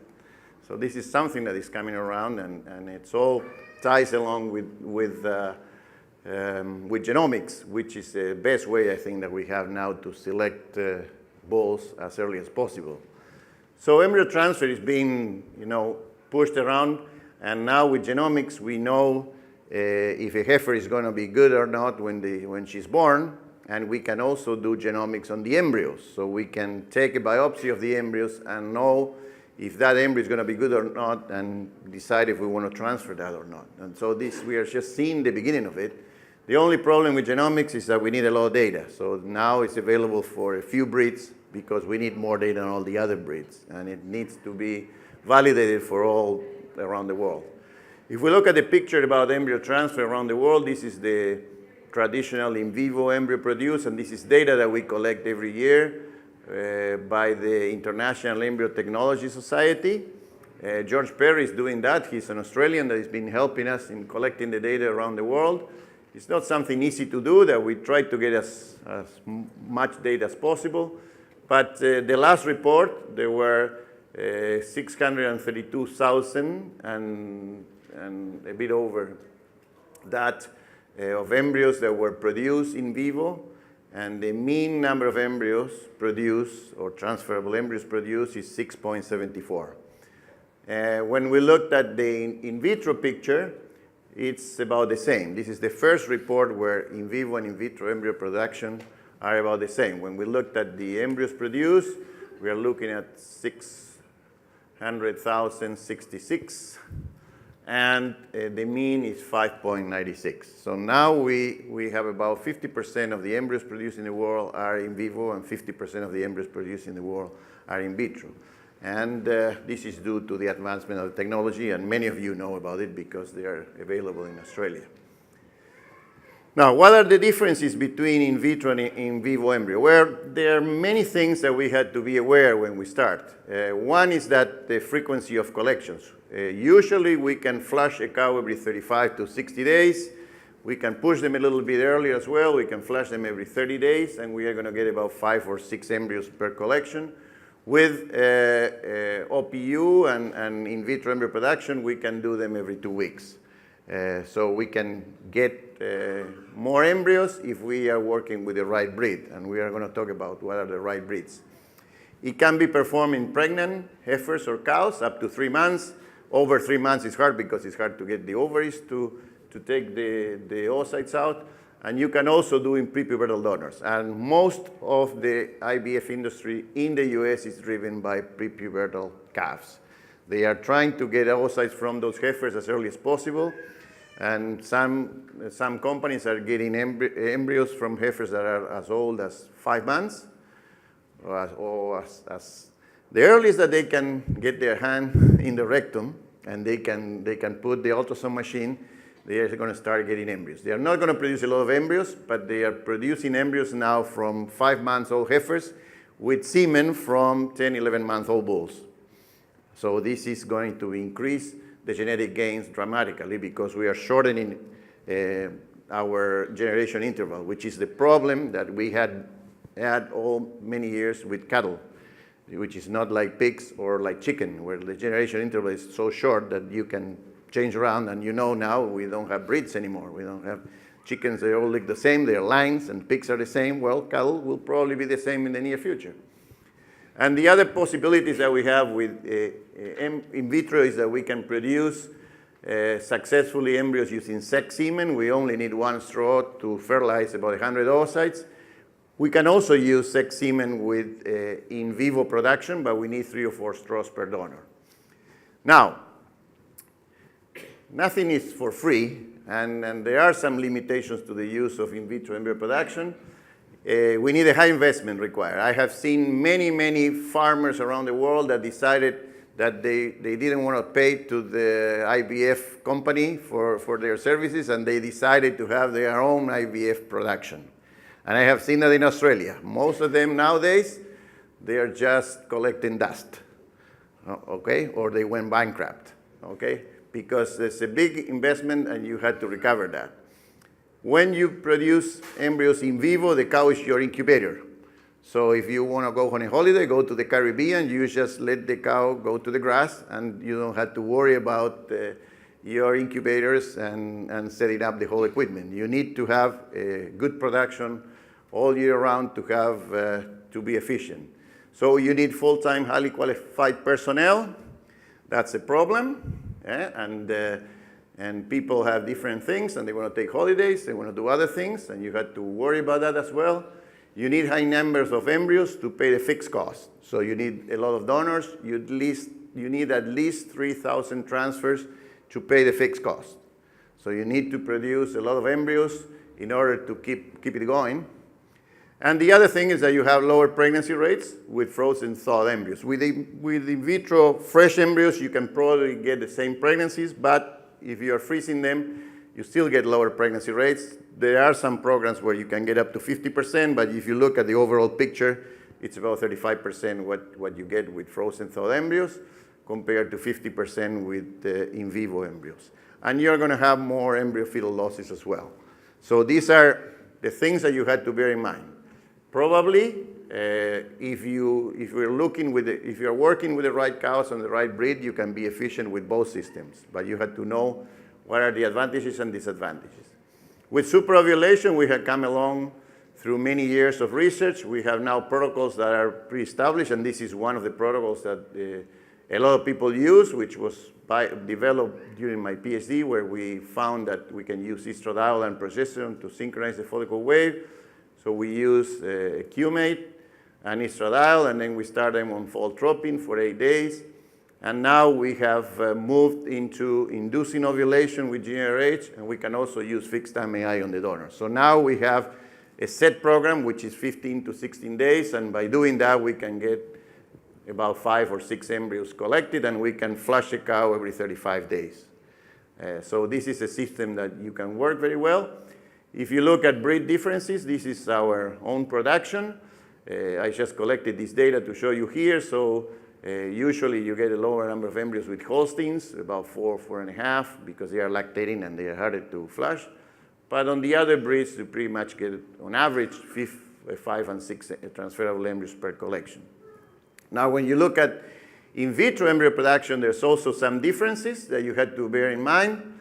And one of the differences is that the Bos indicus type of cattle, they have more follicles. So you're going to get more oocytes out of a single aspiration. And this is also data from our lab, where we looked at Holsteins, Angus, and Bonsmara, so Bos Taurus breeds. There's a few Herefords here as well, Brangus and Bradford and Brahman. And you can see there's a great difference between a Bos indicus and a Bos Taurus animal in the number of oocytes you're going to collect and in the number of embryos you're going to collect. So basically, it works very well in Bos indicus.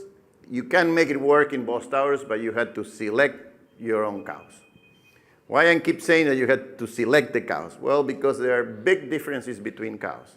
For many years, we thought that by manipulating the follicle waves, we can get a good number of embryos and we won't have any failures. And now we know that even by manipulating the follicle wave, we can get a big variation, as many as 0 to 30 embryos. So when you have a program and you flush 5 cows and you don't get any embryos, don't feel bad, because there's as many people as you around the world that could have a shitty day like that. Because if you have the bad cows, you're not going to get any embryos. If you just found the right cows, you can get as many as 100 embryos from 5 cows. And this happens every time you do it, because there's a tremendous variations between cows. And not all the cows are the same, even if they are from the same breed. Why? Because at the time of birth, cows have different follicle populations. And this is data that was generated originally from Ireland. And this is a Holstein herd in Ireland, the university herd at the University College of Dublin. And then they looked at follicle population. That means the number of follicles that you can count with the ultrasound machine. They were all Holstein. They were all managed the same. And when you looked at them, some cows have 60 to 65 follicles in their follicular wave. Some cows have 0 to 5 follicles in their follicular wave. So if you're going to superovulate this cow, she's going to give you a lot of embryos. If you're going to superovulate this, and probably you need a lower dose of FSH. If you're going to superovulate this girl, you're probably not going to get anything, even if you give them 3 vials of foltropin. With the in vitro embryo production, you're going to have the same difference, okay? So this is data that was also collected in Ireland, where they looked at heifers that have less than 15 follicles, and they were superovulated with the same dosage of foltropin, and compared with heifers that have more than 25 follicles. And look at here, number of transferable embryos. Low follicle numbers, 3.8. High follicle numbers, 5.4. Okay? When this is set at the time of birth, it actually occurs within the first 110 days of gestation. So there's a genetic component, but also there's a nutrition component. If the cows are, if they have a nutritional stress in the first 110 days of gestation, their follicle population is going to be smaller. And you're not going to fix that in the cow's lifetime, okay? So you have to think about your cows when you get your recipients pregnant. This is what you have to think about. Now, looking at in vitro embryo production, this is data from Brazil, where they look at different breeds, Holsteins, Gyr, Nelore, and Senepol. And again, you see there is a tremendous variation. Of course, on average, the Bos indicus will have more follicles. So you could have some cows There's records of cows that have produced at as many as 450 oocytes in one single aspiration. But there are also cows that give you 5 oocytes. Okay, so the mean is higher in the Bos indicus compared to the Bos taurus, but you can also have Bos taurus cows that will give you 40 or 50 oocytes on a single collection. Okay, so how you're going to pick those cows? Well, it's not very easy, but now we have some tools that we can try to use to predict that. One of the tools is to use an ultrasound machine. The only thing that you need to have a good ultrasound machine. You're not going to do it with any ultrasound machine. So you need to have an ultrasound machine that allows you to look at follicles that are 2 millimeters in diameter, at least 2 millimeters in diameter. So you need to count all those follicles. And then you also need to do it at the right time. So you need to do them at the beginning of the follicular wave. So there's 2 ways you can do it. You can treat the cows with estradiol and progesterone and then do a follicle count 4 days later. Or you can do it right after ovulation. So it means if she's in heat today, you can do her 24 or 30 hours later and do a follicle count. And in here you see that there's a tremendous variation. This is another herd in Canada. Look at there were cows that were more than 30 follicles and cows that were less than 30 follicles. And these cows were superovulated, and the number of embryos were significantly higher in those that have more than 30 compared to those that have less than 30 follicles. So this is one tool that you could use. The other alternative is a hormone called anti-Mullerian hormone. And this hormone is produced by the follicles, and it can be done by taking a blood sample anywhere in the estrocycle. So you don't need to have a synchronized animals. You can just take a blood sample, and then you can do an ELISA test. And the cows that have higher MAH, which is how we call the anti-Mullerian hormone, it's also very well correlated with the number of follicles that they are going to have. So if you select cows for high MAH values, probably you're going to get more embryos in these cows. This is data from Pietro Varuzelli in Brazil, where they looked at the correlation between MAH and in vitro embryo production. So here you have follicle population, number of viable oocytes, number of viable embryos. And you see there's a good correlation between MAH values and the number of embryos that you can get in an in vitro program. It is not correlated with the rate of good embryos you're going to have, but it's correlated with numbers. So then if you have a cow with high MAH, you're probably going to get more embryos. And it has also been looked at in superovulation. So this is what they did in Brazil in this experiment. They took the mean value, and they say, well, let's say we're going to get a group of heifers. We are going to superovulate them. So we take the MAH value, and then we are going to divide them in 2 groups. We took the mean, and then we are going to see how many embryos are produced by the cows and that are above the mean, and how many embryos are going to be produced by those that are below the mean. And they did it with Holsteins and Nelore. You can see that there's a big difference between Nelore and Holsteins because Nelore will have more follicles to start with, so that's why they have higher MH values. And when they compare the embryo production, this was by in vitro embryo production. Look at here, in the Holsteins, low MH, 1.2, high MH, 3. In the other breed, in the Nelore, blastocysts produced, low MH, 2.2, high MH, 7. And you're still paying the same amount of money to the people that are coming to produce embryos from you. So you're going to make a lot more money by selecting these animals and producing embryos for them as well. In superovulation, this is also an experiment that was done in the US by a Brazilian, but he was working in the US at that time, and he divided cows in those that have the lowest MAH, the intermediate MAH values, and the high MAH values. And here you can see that the ones that have the high MAH values, they also produce 7.2 transferable embryos. The cows that have the lowest MAH produce 3.1. Now, there's a big caveat to this. That doesn't mean that all the cows that have high MAH are going to produce a lot of embryos. Well, it depends on the semen that you use, on the uterus, if you're going to get fertilized or unfertilized embryos and all things like that. And also, you're going to have 50% of your cows that are in the middle, and then you're going to have to give them a try. But if you want to select only for the cows that are going to give you lots of embryos, you can probably use this as a tool. So in conclusion, this is very sensitive. In conclusion, donor selection by ultrasonography, the advantages are it's a cow side test, so it means you can do it right there. It's repeatable as long as you know what to do it. The disadvantage is that you need to synchronize follicle wave immersion, you need experienced operators, and good quality equipment. If you want to do MH, the advantage is that it's simple, it's objective, and can be done at any stage of the estrous cycle. The disadvantage is that it's cost, because in the US, I think they charge about $50 to $60 to do MAH and ELISA on the cows, and you need to get a laboratory that is able to do that. So that's the other problem. If you have a laboratory nearby that you can send the blood samples, then you can do it. If you don't, then it becomes a little more complicated. The other thing is that it's easy to detect the extremes. So we can detect the very good and the very bad. But then we had to decide what we want to do with the other 50%. So this is the other thing that we had to work on. But with anything like that, you think you can make a decision.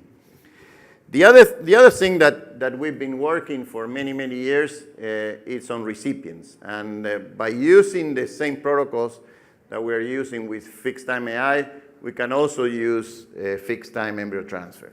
So if you have recipients that you want to put embryos in, the easiest way is to do it at the beginning of the breeding season, so then you use your cow herd for recipients. This is what we are trying to promote, because if you have a recipient herd separate from your cow herd, then it becomes very complicated, and then don't know what to do with all these recipients that are around the farm.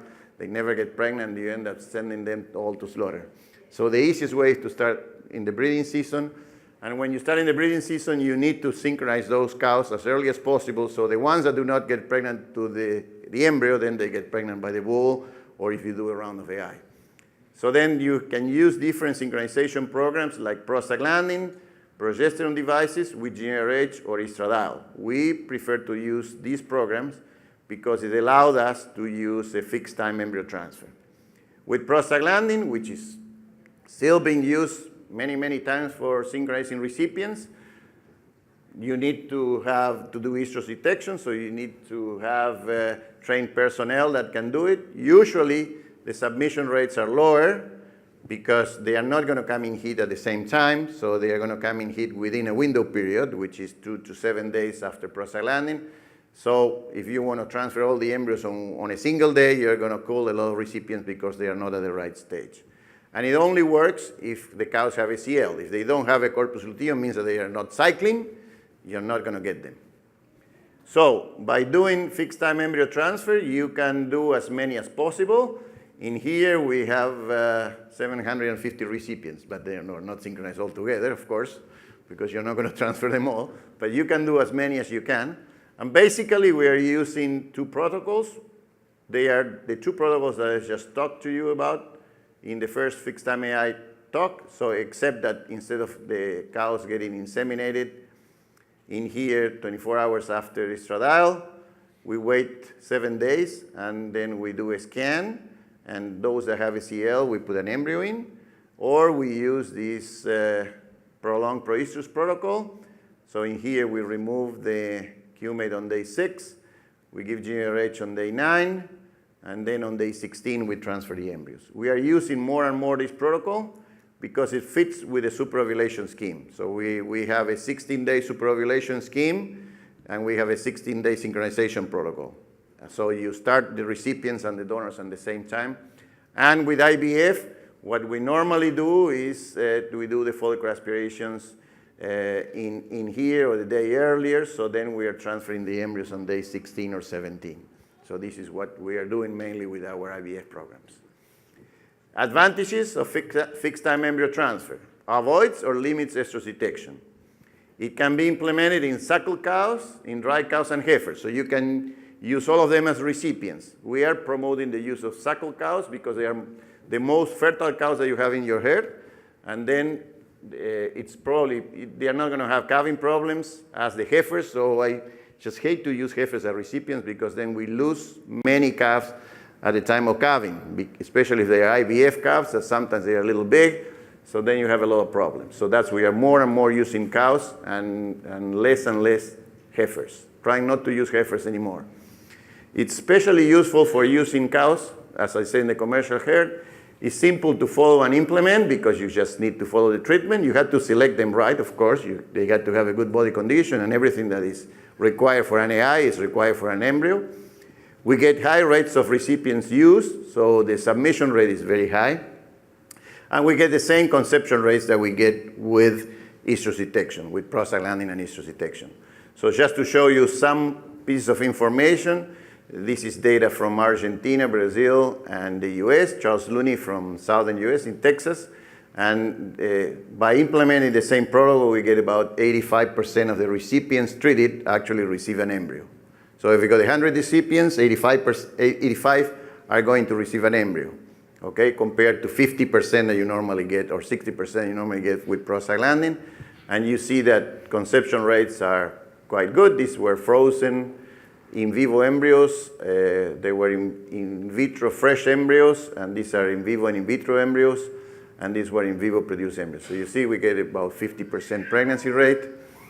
And if you look at the number of recipients pregnant over those treated, it's about 45% that you get them pregnant. And these are our results with our IVF program. This was from last year. We get about 80% of the recipients receiving an embryo. Pregnancy rate, 45.6, a bit lower than what you get with in vivo embryos, at least in our hands. And then we get about 12% of embryo fetal losses, anywhere from 5 to 15%. This is what we normally do. With in vivo embryos, we get about less than that, about half that. And I'm just going to finish with some things that we've been using with embryo transfer. You know that embryo transfer for many years and still is just something that only stud breeders will think about. You know, commercial breeders will never think about because they say it's too complicated, it's too expensive. But now bulls are becoming very expensive. And to pick the best bulls, you're gonna be spending a lot of money, even in our part of the world. So now people are thinking about it. And the other problem that you have with bulls is when you take bulls from a tick clean area to a tick infested area, like what we have in the northern part of Argentina. So this is where we are. We are here in the center of Argentina, but we have ticks from here up to the north. So people that buy bulls in the southern part of Argentina and then they take them to the north, you know, as well as everybody knows that the bulls take time for them to adjust to the new environment. If they are not premiumized, then they get sick. If they get babesia or anaplasma, then they may lose the fertility for as long as 1 year or sometimes for their whole life. So then one of the things that we've been using with some commercial breeders and we've been trying to promote is to produce bulls adapted to the environment. By doing that, we are selecting the best cows and the best bulls with the best EBVs and everything, and we are producing embryos with them.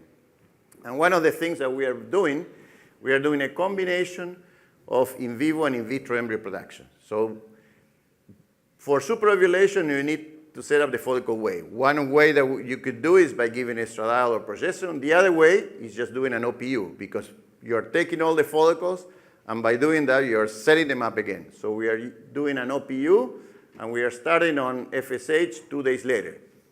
I think that we need to start them on FSH 3 days later, because 2 days later is too early. But with those oocytes that we aspirate here, we put them in the in vitro lab, and then 8 days later, we have IVP-produced embryos. And then we continue the superovulation program. If we do sex semen, we are going to AI the cows a bit later than what we usually do. We detect estrus and AI. If it's normal semen, conventional semen, the cows get AI at 12 and 24 hours. If it's sex semen, they get AI at 18 and 26 hours. And then we collect the embryos. So then we can have, within the same week, we can produce in vivo and in vitro embryos from the same donor. You're not going to do this forever, but you can do in a short period of time and get as many embryos as you can. And this is just 2 examples. This is a producer that wanted Brangus embryos, so we got male sex semen to produce this. And we produced 28 in vivo derived and 32 in vitro derived embryos from the same donors. There were, I don't remember how many donors, I think there were 5 donors. And by doing that, we produced 29 pregnancies. And this customer wanted to produce 25 bulls. So we produced 39 pregnancies.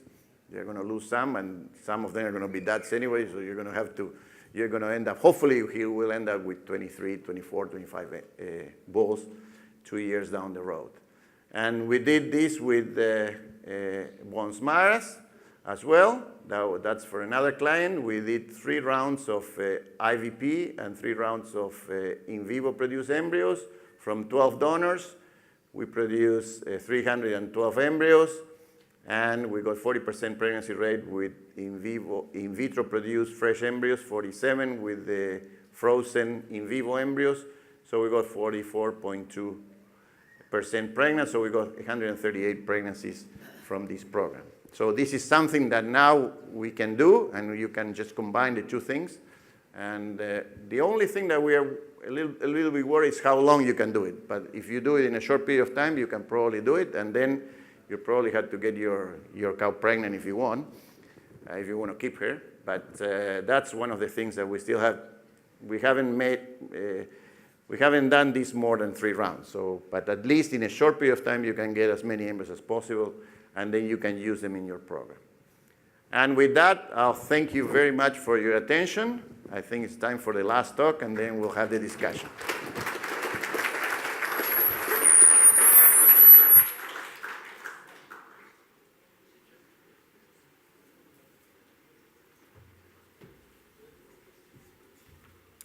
Thank you, Gabriel. I'd just like to introduce our final speaker for this afternoon.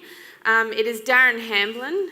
The Hamblin family run their 6,000 Wagyu herd over 46,000 acres in central Queensland and the Darling Downs.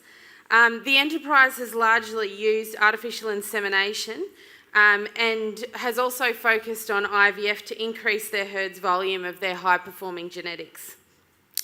Hamblin has won many gold medals in the Australian Wagyu Association branded beef competition and has also won 5 out of 6 categories with an F1 animal in the 2010 Pacific Carcass competition. So Darren, I welcome Darren to the stage. He's going to be talking about how he utilises reproductive technologies for carcass value. Thank you.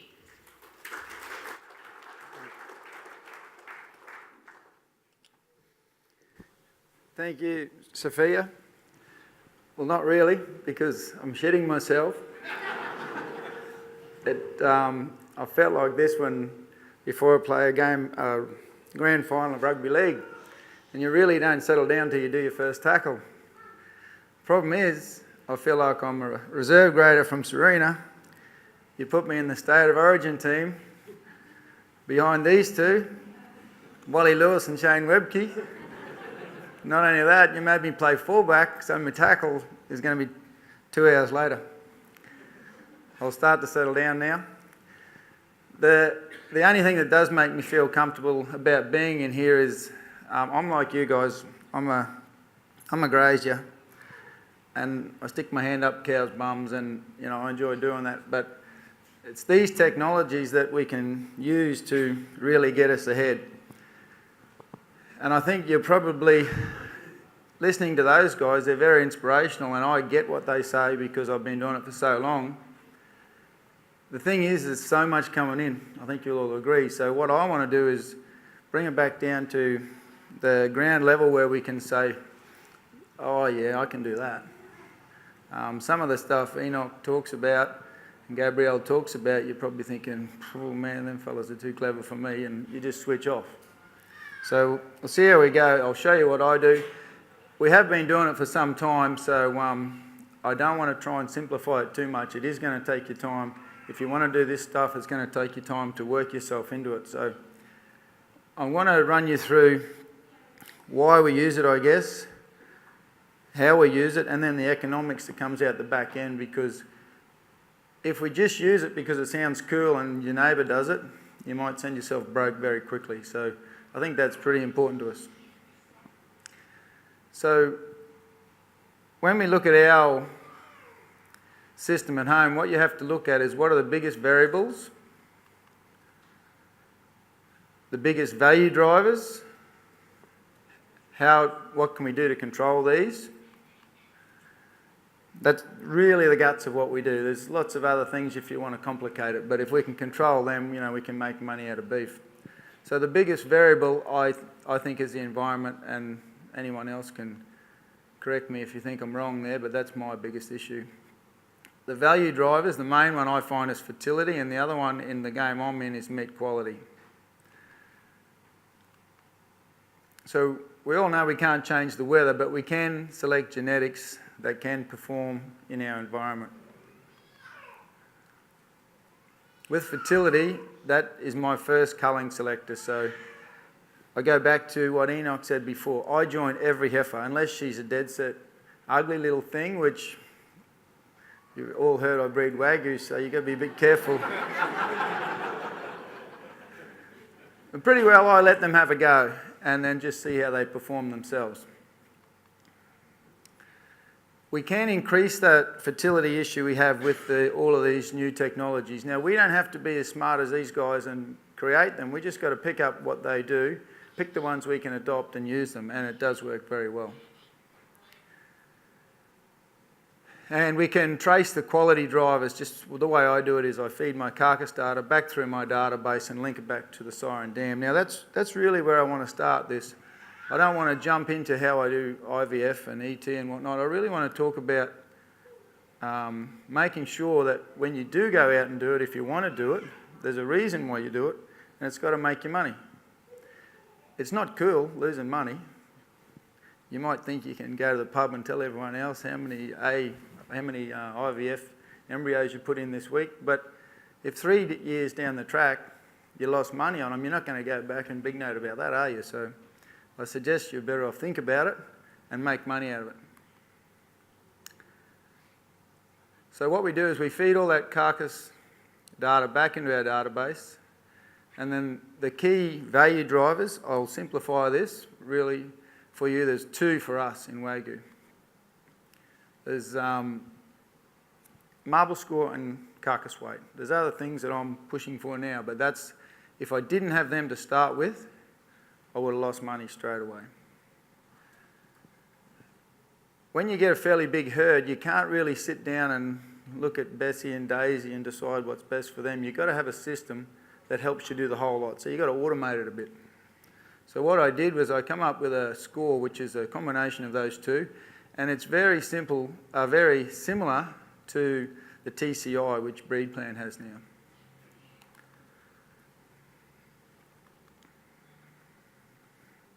So one of the questions is sort of, what about pedigree? Should we use pedigrees to select? The answer to that is yes, we have to get started. But for me, I select the pedigrees that I know from industry knowledge and what I hear about and the ones that are working, and you have to start with that. But really, after that, as far as I'm concerned, that joining's done. It's up to that cow now to stand on her own 2 feet, and the decision as to whether she's any good or not is what the information from her progeny in the chiller comes back to me as.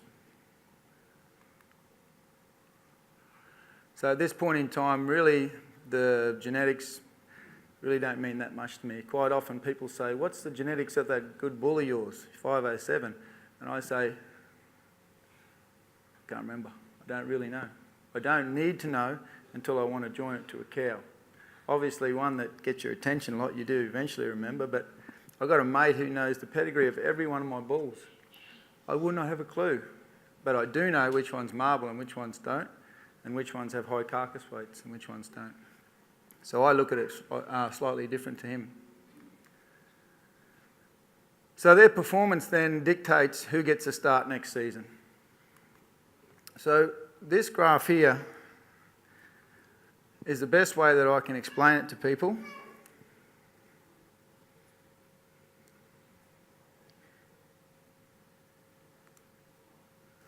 Each cow ends up with this progeny score. Now, I've lined every cow up side by side in basically a bar chart there, and the low score there is a really shit cow. As the scores get high, you get through these medium ones, and then you get these really high performer ones up here. So that's the score they've been given. Now that score comes from, remember, the carcass data feeding back through and then relating back to that cow. I do the same for the size, but we'll just talk about the cows for the moment, because for me that's the key thing. I want to know what every cow does so I can make a decision on what I do with her. So when I worked this out the first time, I thought if I cut that off about there, sorry, I'll explain something a bit different. This curve here, it's a little bit hazy, but that's the actual outcome of that calf when it goes through, so it's up and down all over the place. There is variability. It's not a direct correlation, but you will admit by looking at that there's a general curve. The reason why it's got those little humps in it, because it jumps up on marble score or down on marble score, and that really changes the value. But at the end of the day, that score I gave them very closely follows the outcome. So that's the actual value of the calf when it was killed. So I'm not sure if you can see those scales over there, and it's probably not that relevant, but we're talking lots of thousands of dollars for these carcasses and jack shit for these. So one way to solve that problem is find out these cows that are no good and just send them to the abattoir. And that was what I was going to do. For me, that would have just absolutely lifted my marble scores. It was simple. So that's where I was heading. My next step was to replace those cows because I needed to fill the country up. So I had to go out and find some recips because I wanted to start doing a bit of embryo work and whatnot. The issue is I had to go out and find cows that were suitable to my place, that were fertile. You know, they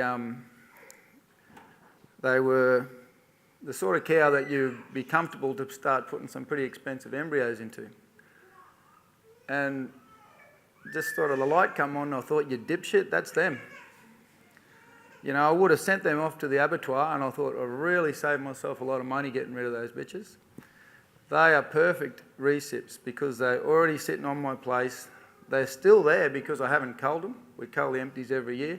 So what happened year one, they said, that's the score. We're going to cut her off at that. Those ones are the recips. I'm going to AI these ones, and I'm going to use these top ones as donors. So you can sort of visualise what's going to happen. All those ones over there, those bad carcasses in 4 years' time, they're not going to be there. There's going to be these ones spread across there a bit, and a multiplication of these ones across here coming out of these cows. That's really lifting the bar. I was pretty nervous doing it, but it made sense to me, so I just went with my gut instinct. There's full-blood cows in here that I'm using as recips because I don't believe they're a good cow. I could have sold that cow to someone for 10, 15 grand, but if you're true to yourself, you have to believe she's no good to me, she's no good to anyone else, even though the genetics say she is. So I've got recips that are full-bloods. You might think I'm a wanker, but that's what's happening. Okay, year 2, we then lifted the bar. Year 3, we lifted the bar, and we keep lifting the bar. Now, there's a couple of reasons why we lift the bar. One is we want to make the population of better cows higher. The other one is when you do a lot of recip work, if you're going to be fair income and cull everything that doesn't have a calf, you lose cows very quickly. So the bottom end dropped out fast. Now, I'm not scared of that. If you have a cow, a recip cow that's empty, you don't love her anyhow, remember? Enoch? She's in that paddock because you don't love her. If she gets in calf with an embryo, she's actually now one of your most valuable cows. If she doesn't, you can send her off to the meatworks and you feel good about that. So to try and put that into some dollars, there's one thing, some of the stuff Gabriel and Enoch say doesn't quite make sense to us, so I've converted everything back to the figures that everyone here gets. That's dollars. So the progeny scores, when nothing was happening, with all progeny scores in, average carcass value was about $3,800. The first year, when we had the cutoff of 2,200, we lifted the carcass value to $4,400. Now, we didn't lift it that year. It was the carcasses 4 years later that we lifted it. Does everyone get that time lag? But that's the reality of the feedback in the decision making, the dollars coming back in. So you can see that goes up and up.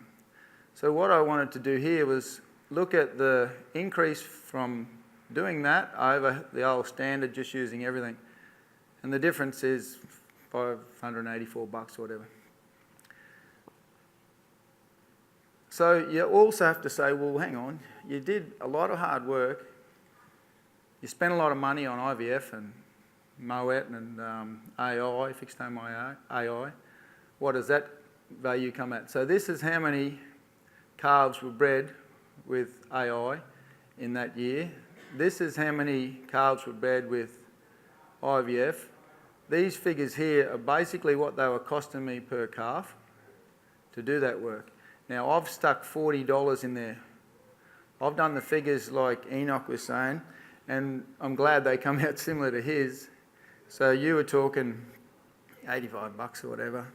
I'm saying these are the costs over and above using your paddock bulls. Now, for the sake of this, I put in $40 just so everyone feels good that I'm saying that doing AI is dearer than using the bull. I actually don't think it is. I think AI is cheaper than using the bull. But I put $40 in there so everyone feels good. So it makes these figures worse. So this one here is just an extension of that last sheet. What I've done here, the first two columns are the same. I've just changed these last two. So this is the extra calf cost by volume. So the number of AI calves I got and the cost to doing that AI is at 60 grand. That year, the IVF cost about 170. And you see over time, over 4 years that I've done the figures on here, this last year, I spent a bit over 300 grand doing those IVF and ET programs, which if you were to listen to your father and your grandfather, they didn't want to spend a cent. You know, every dollar you spent was a dollar you lost. Well, they would think I had nuts doing that in my head. So let's just go forward, and if he was still around, I'd show him these figures. Whether he believed me or not, I don't know. So the total costs we just spoke about, look at whatever year you want, but this is sort of where we're at now, a bit over 300 grand.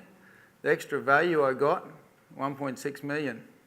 So $1.3 million worth of benefit by doing this work, which is 428% return on investment.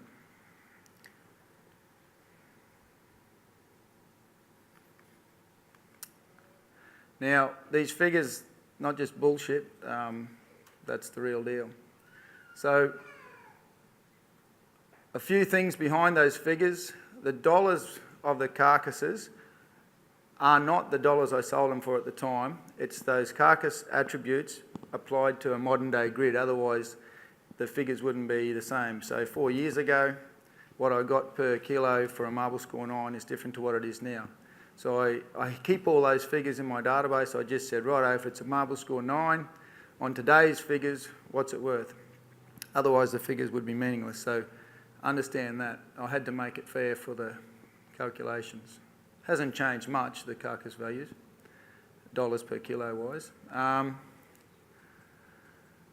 No value in these figures has been given to the genetic advancement in the heifers. So that's purely the work I did with that cow and the money I made out of that one carcass.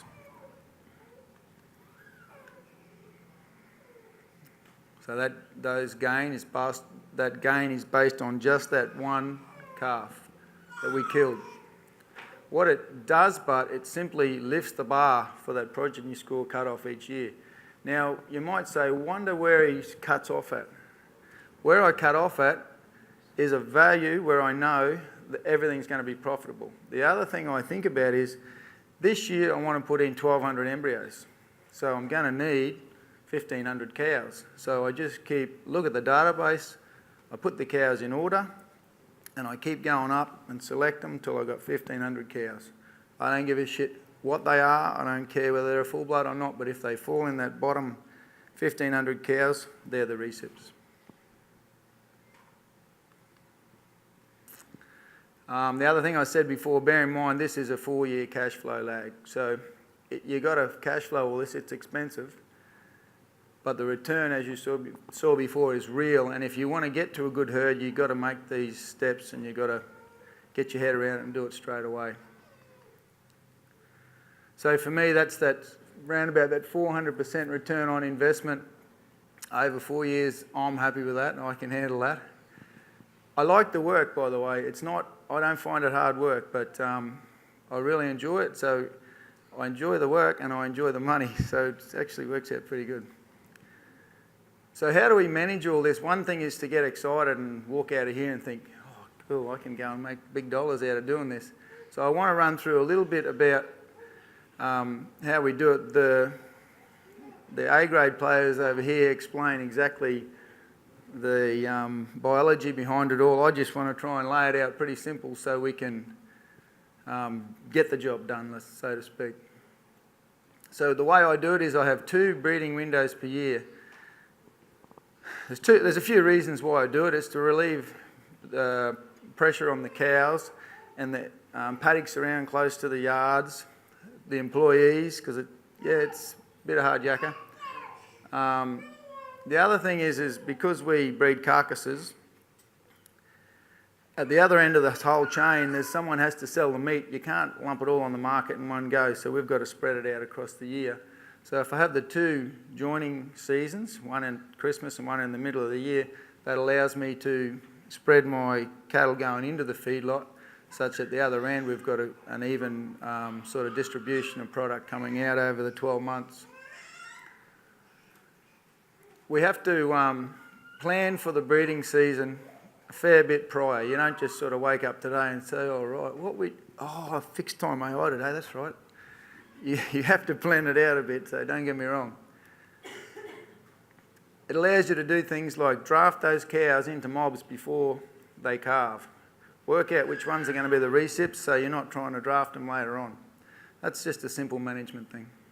So when they calve, you don't have to move them around too much. When you're ready to start your synchronisation, you know they're sort of 42 days plus old. We break down the mobs into smaller mobs across properties. We don't just say, let's take all the ET cows to one property and leave all the fixed time AI cows on another property, because it would be a massive job there. Because we move them around a bit in different herds, depending on how they perform, I let each manager on each property run fixed time AI, run their ET herd, and donors, and we all do the same thing, but we spread that same load out over the properties. We help each other in the peak times, but I let everyone run their own show. So what we do is we tend to use only about 120 recips in a day. We've found out that that's a pretty good size to manage. You can get through that pretty quick. You don't stress people. You plan not to stress people. The technician can do that comfortably if he knows what he's doing without having any loss of efficiency. Probably the hardest thing on the day that you're putting embryos in is that everyone involved there needs to understand it. If you have some people saying, oh, I'll just hang down the back here because I don't get this shit, well, it's not going to go well. You want to get everyone invested. So that's why I like everyone to understand the whole process. I like the different managers to set up their own mobs, so you don't have just one who thinks, well, I'm always up at the front, and someone says, I'll always load the straws, because if they're sick, you're fucked. So with the fixed time AI, about 300 cows is a good day. You can do more than that, but you've got to remember you're going to be doing this day after day after day. You don't want to flog yourself, wear yourself out on day one trying to do 700. Sam's in this room somewhere, I think her and I tried to do a bit of that, and you wear yourself out and you have a look at the results, your results drop down, there's no doubt about it. If you want to measure and be fair dinkum with yourself, that's what happens. If we do it on a nice cruisy day and you can have a bit of fun, you put the cows through, it's at the end of the day you feel like you've achieved something and your results will be much better. So be a bit smart about that. So that equates to about 20 donors. With what we do, IVF or Moet,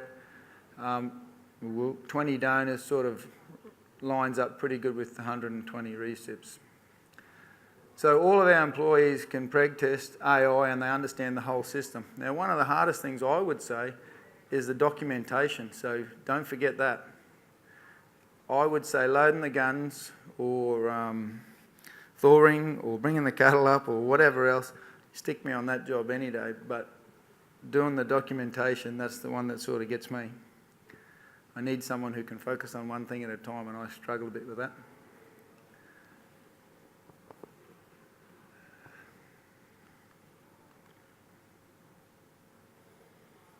Said that. So then we all get together, so we've synchronised our own herds, and on the day we're doing a bit of fixed time AI or ET, we all come together and we share the load. What we do if we're doing fixed time AI is, because we can all do it, we'll just say, let's do 15 each. So bang, bang, bang, 15, give someone else a go. And you really feel refreshed after someone else has had a go and you're keen to get back in there. I did start using Greg here to do fixed time AI because I know he's very good at it. The issue with it is my employees looked at me when he left. It was terrific. He did a great job. We did 84 an hour. We got 74%. It was unbelievable. But then the employees all looked at me and they said, aren't we going to do any more? And I thought, ooh, okay, I get that. Because they love doing it. So if they can't do any more, they're going to lose their skills. So I had to change back to slowing down a bit and getting them to do the work. So sorry about that, Greg, but I've got to look after the employees because if they're not happy, none of this works. Okay, so how do we manage the breeding? That's pretty hard to see, but what I'm trying to show you there is it's just a simple old Excel spreadsheet. Every column there is a mob. There's a few colours up the top. I won't go into it in too much detail, but so that's one property with 4 mobs. It's another property with about 4 or 5 mobs, and across it goes. So we end up with the 21 mobs across a few places we got. The reason why I lay it all out like this is there's some key days there that you have to make sure you got your head around, that everything has to work back from. So in the pink there, I can't even read it myself, but I'm assuming that'll be OPU, and that has to line up with, we're doing some IVF and some Moet flushing, I think. So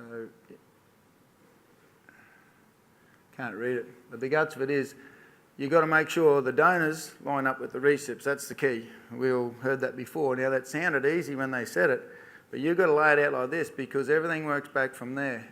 That's the day we're going to do it. Okay, we've got to do the drugs on this day, this day, this day, this day.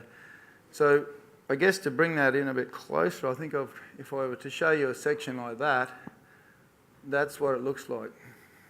Oh, those green ones were fixed time AI, sorry.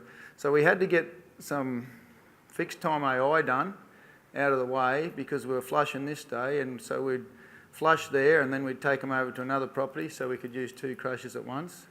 On the next day we're flushing on this property and bringing the embryos back to this property. It's fairly complex, I agree, but I suggest if you do it, you start off small and don't overdo it like this. We're a little bit OCD with all this shit now, but everyone gets it now. So I do the program, I send it out to everyone, and I say, give me your feedback. Can you handle that? And if someone says, oh, I've got a wedding on, I sort of can't say, well, don't go to your wedding, because sometimes that's important to people. I just have to change the program. So everything has to move, but I can do that, particularly if it's 3 months early. And everyone says, right, I'm happy with that, let's go. I guess what I'm pointing out here is Everyone has to be invested in this. I'm not trying to make this sound hard. I'm trying to explain to people the planning that has to go in to get it right. When we first started IVF, we had some pretty ordinary results, and everyone's probably heard of those. Now this year we got better pregnancy results and good production with IVF than we got with Moet. So that's the first time ever. I wish I hadn't have said that because it may never happen again, but it was very exciting. People say to me, oh, they're really getting their shit together, are they, those IVF people? And the answer is, no, they're not. I'm getting my shit together. There's as much involved in what happens on the property to affect the outcome than the people in the lab. Yes, they're doing a good job and we're working together, but it's what we've learnt that helps the outcome. So if I hear anyone trying to blame the people who built the embryos, you might find that you should just go home and have a little sit down with yourself, because it's just as important what we do. Okay, so go through that quickly. 21 mobs, we've got 7 small properties, maximum 1,600 acres. We repeat the breeding cycle every 6 months, and we utilise these techniques, so natural heat observation and AI. We tend to use that more in the maiden heifers now.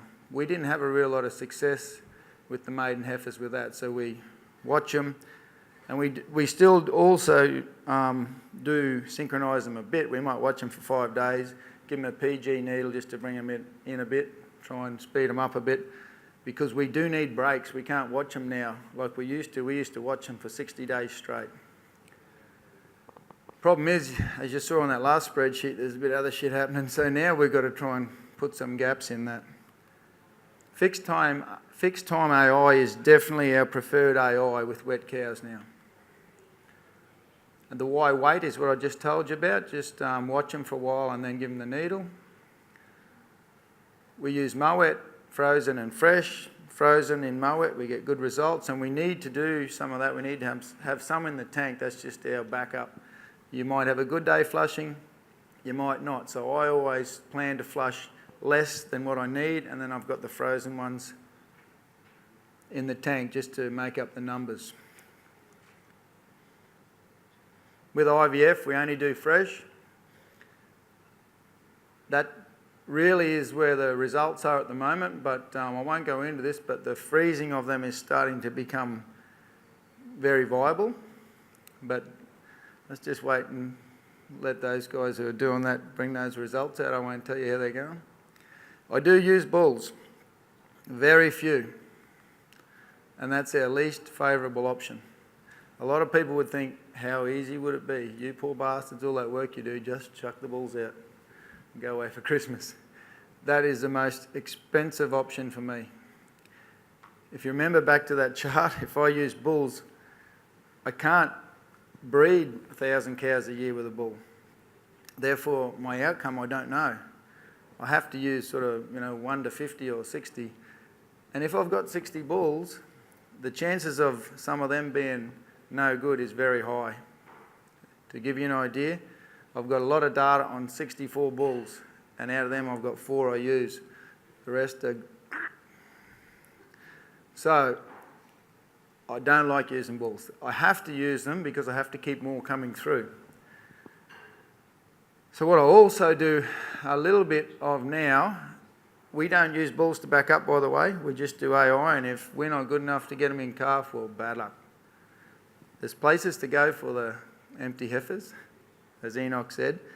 In fact, the earlier I can find out they're no good, the better, because they're still worth good money as a Wagyu.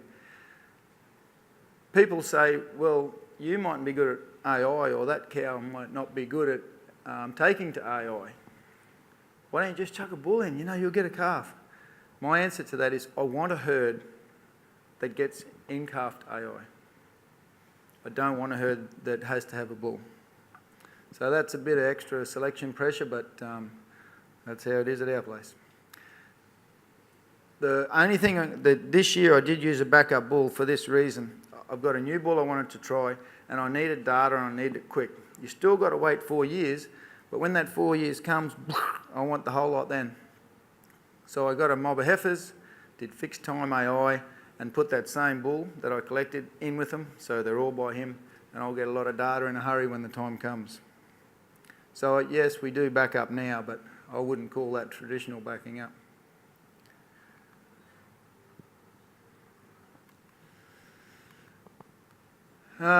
What do I think about the future? I think IVF will be the most likely thing that we will use. I reckon it'll overtake Moet.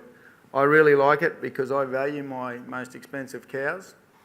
I know the drugs we use these days to synchronise for flushing are very good, but I would rather not jam them full of drugs because they're our best cows. I'm happy to jam them into the recips. The other thing I like to do is if I do a flush on a cow, I believe you can only get one done a year. You guys spoke about the intervals you've got, the chance you've got, the interval you've got to get them in calf. I cannot see how you could do more than one flush a year and have a natural calf. But what I can do now is I can do a short time after calving, I can do an OPU, so IVF pickup. Then I can flush, and then I can continue doing IVF while she's in calf just after that. So that's how I combine the two. That's the maximum I can get out of a cow and let her have a calf every year, because remember, at our place she's got to do that.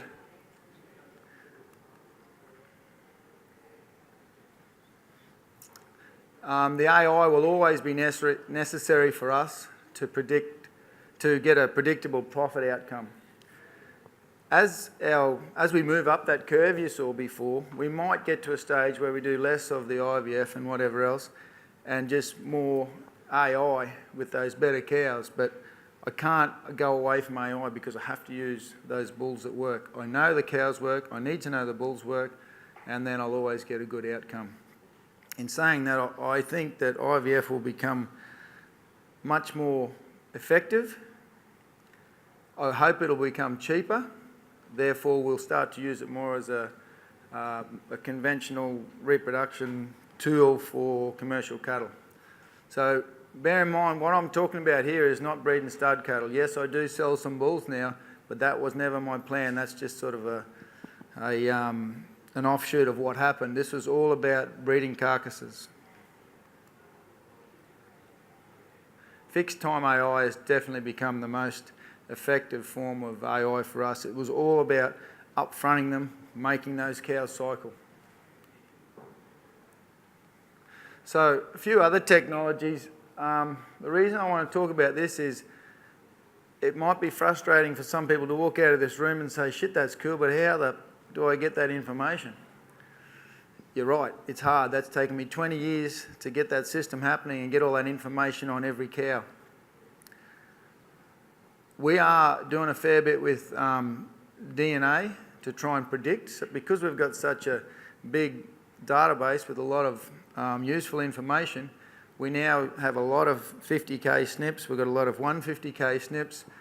I believe we'll get a fairly strong predictor so we can select cows earlier. And I think we all know we need to go there. I need to go there to speed things up. People who don't have all of this data need to go there to do their selection. So we're working hard on that. The other one is the metabolic stuff.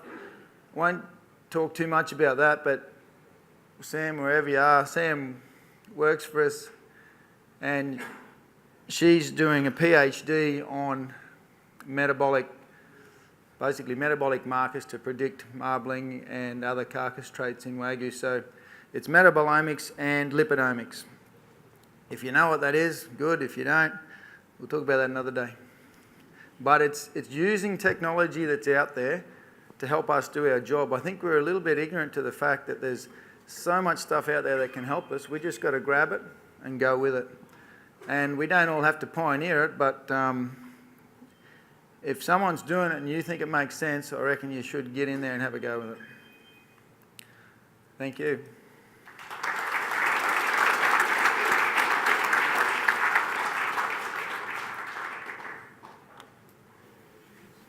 You going to go up here? Thank you, and I appreciate it's been a long afternoon, and I thank you very much for sticking in with us.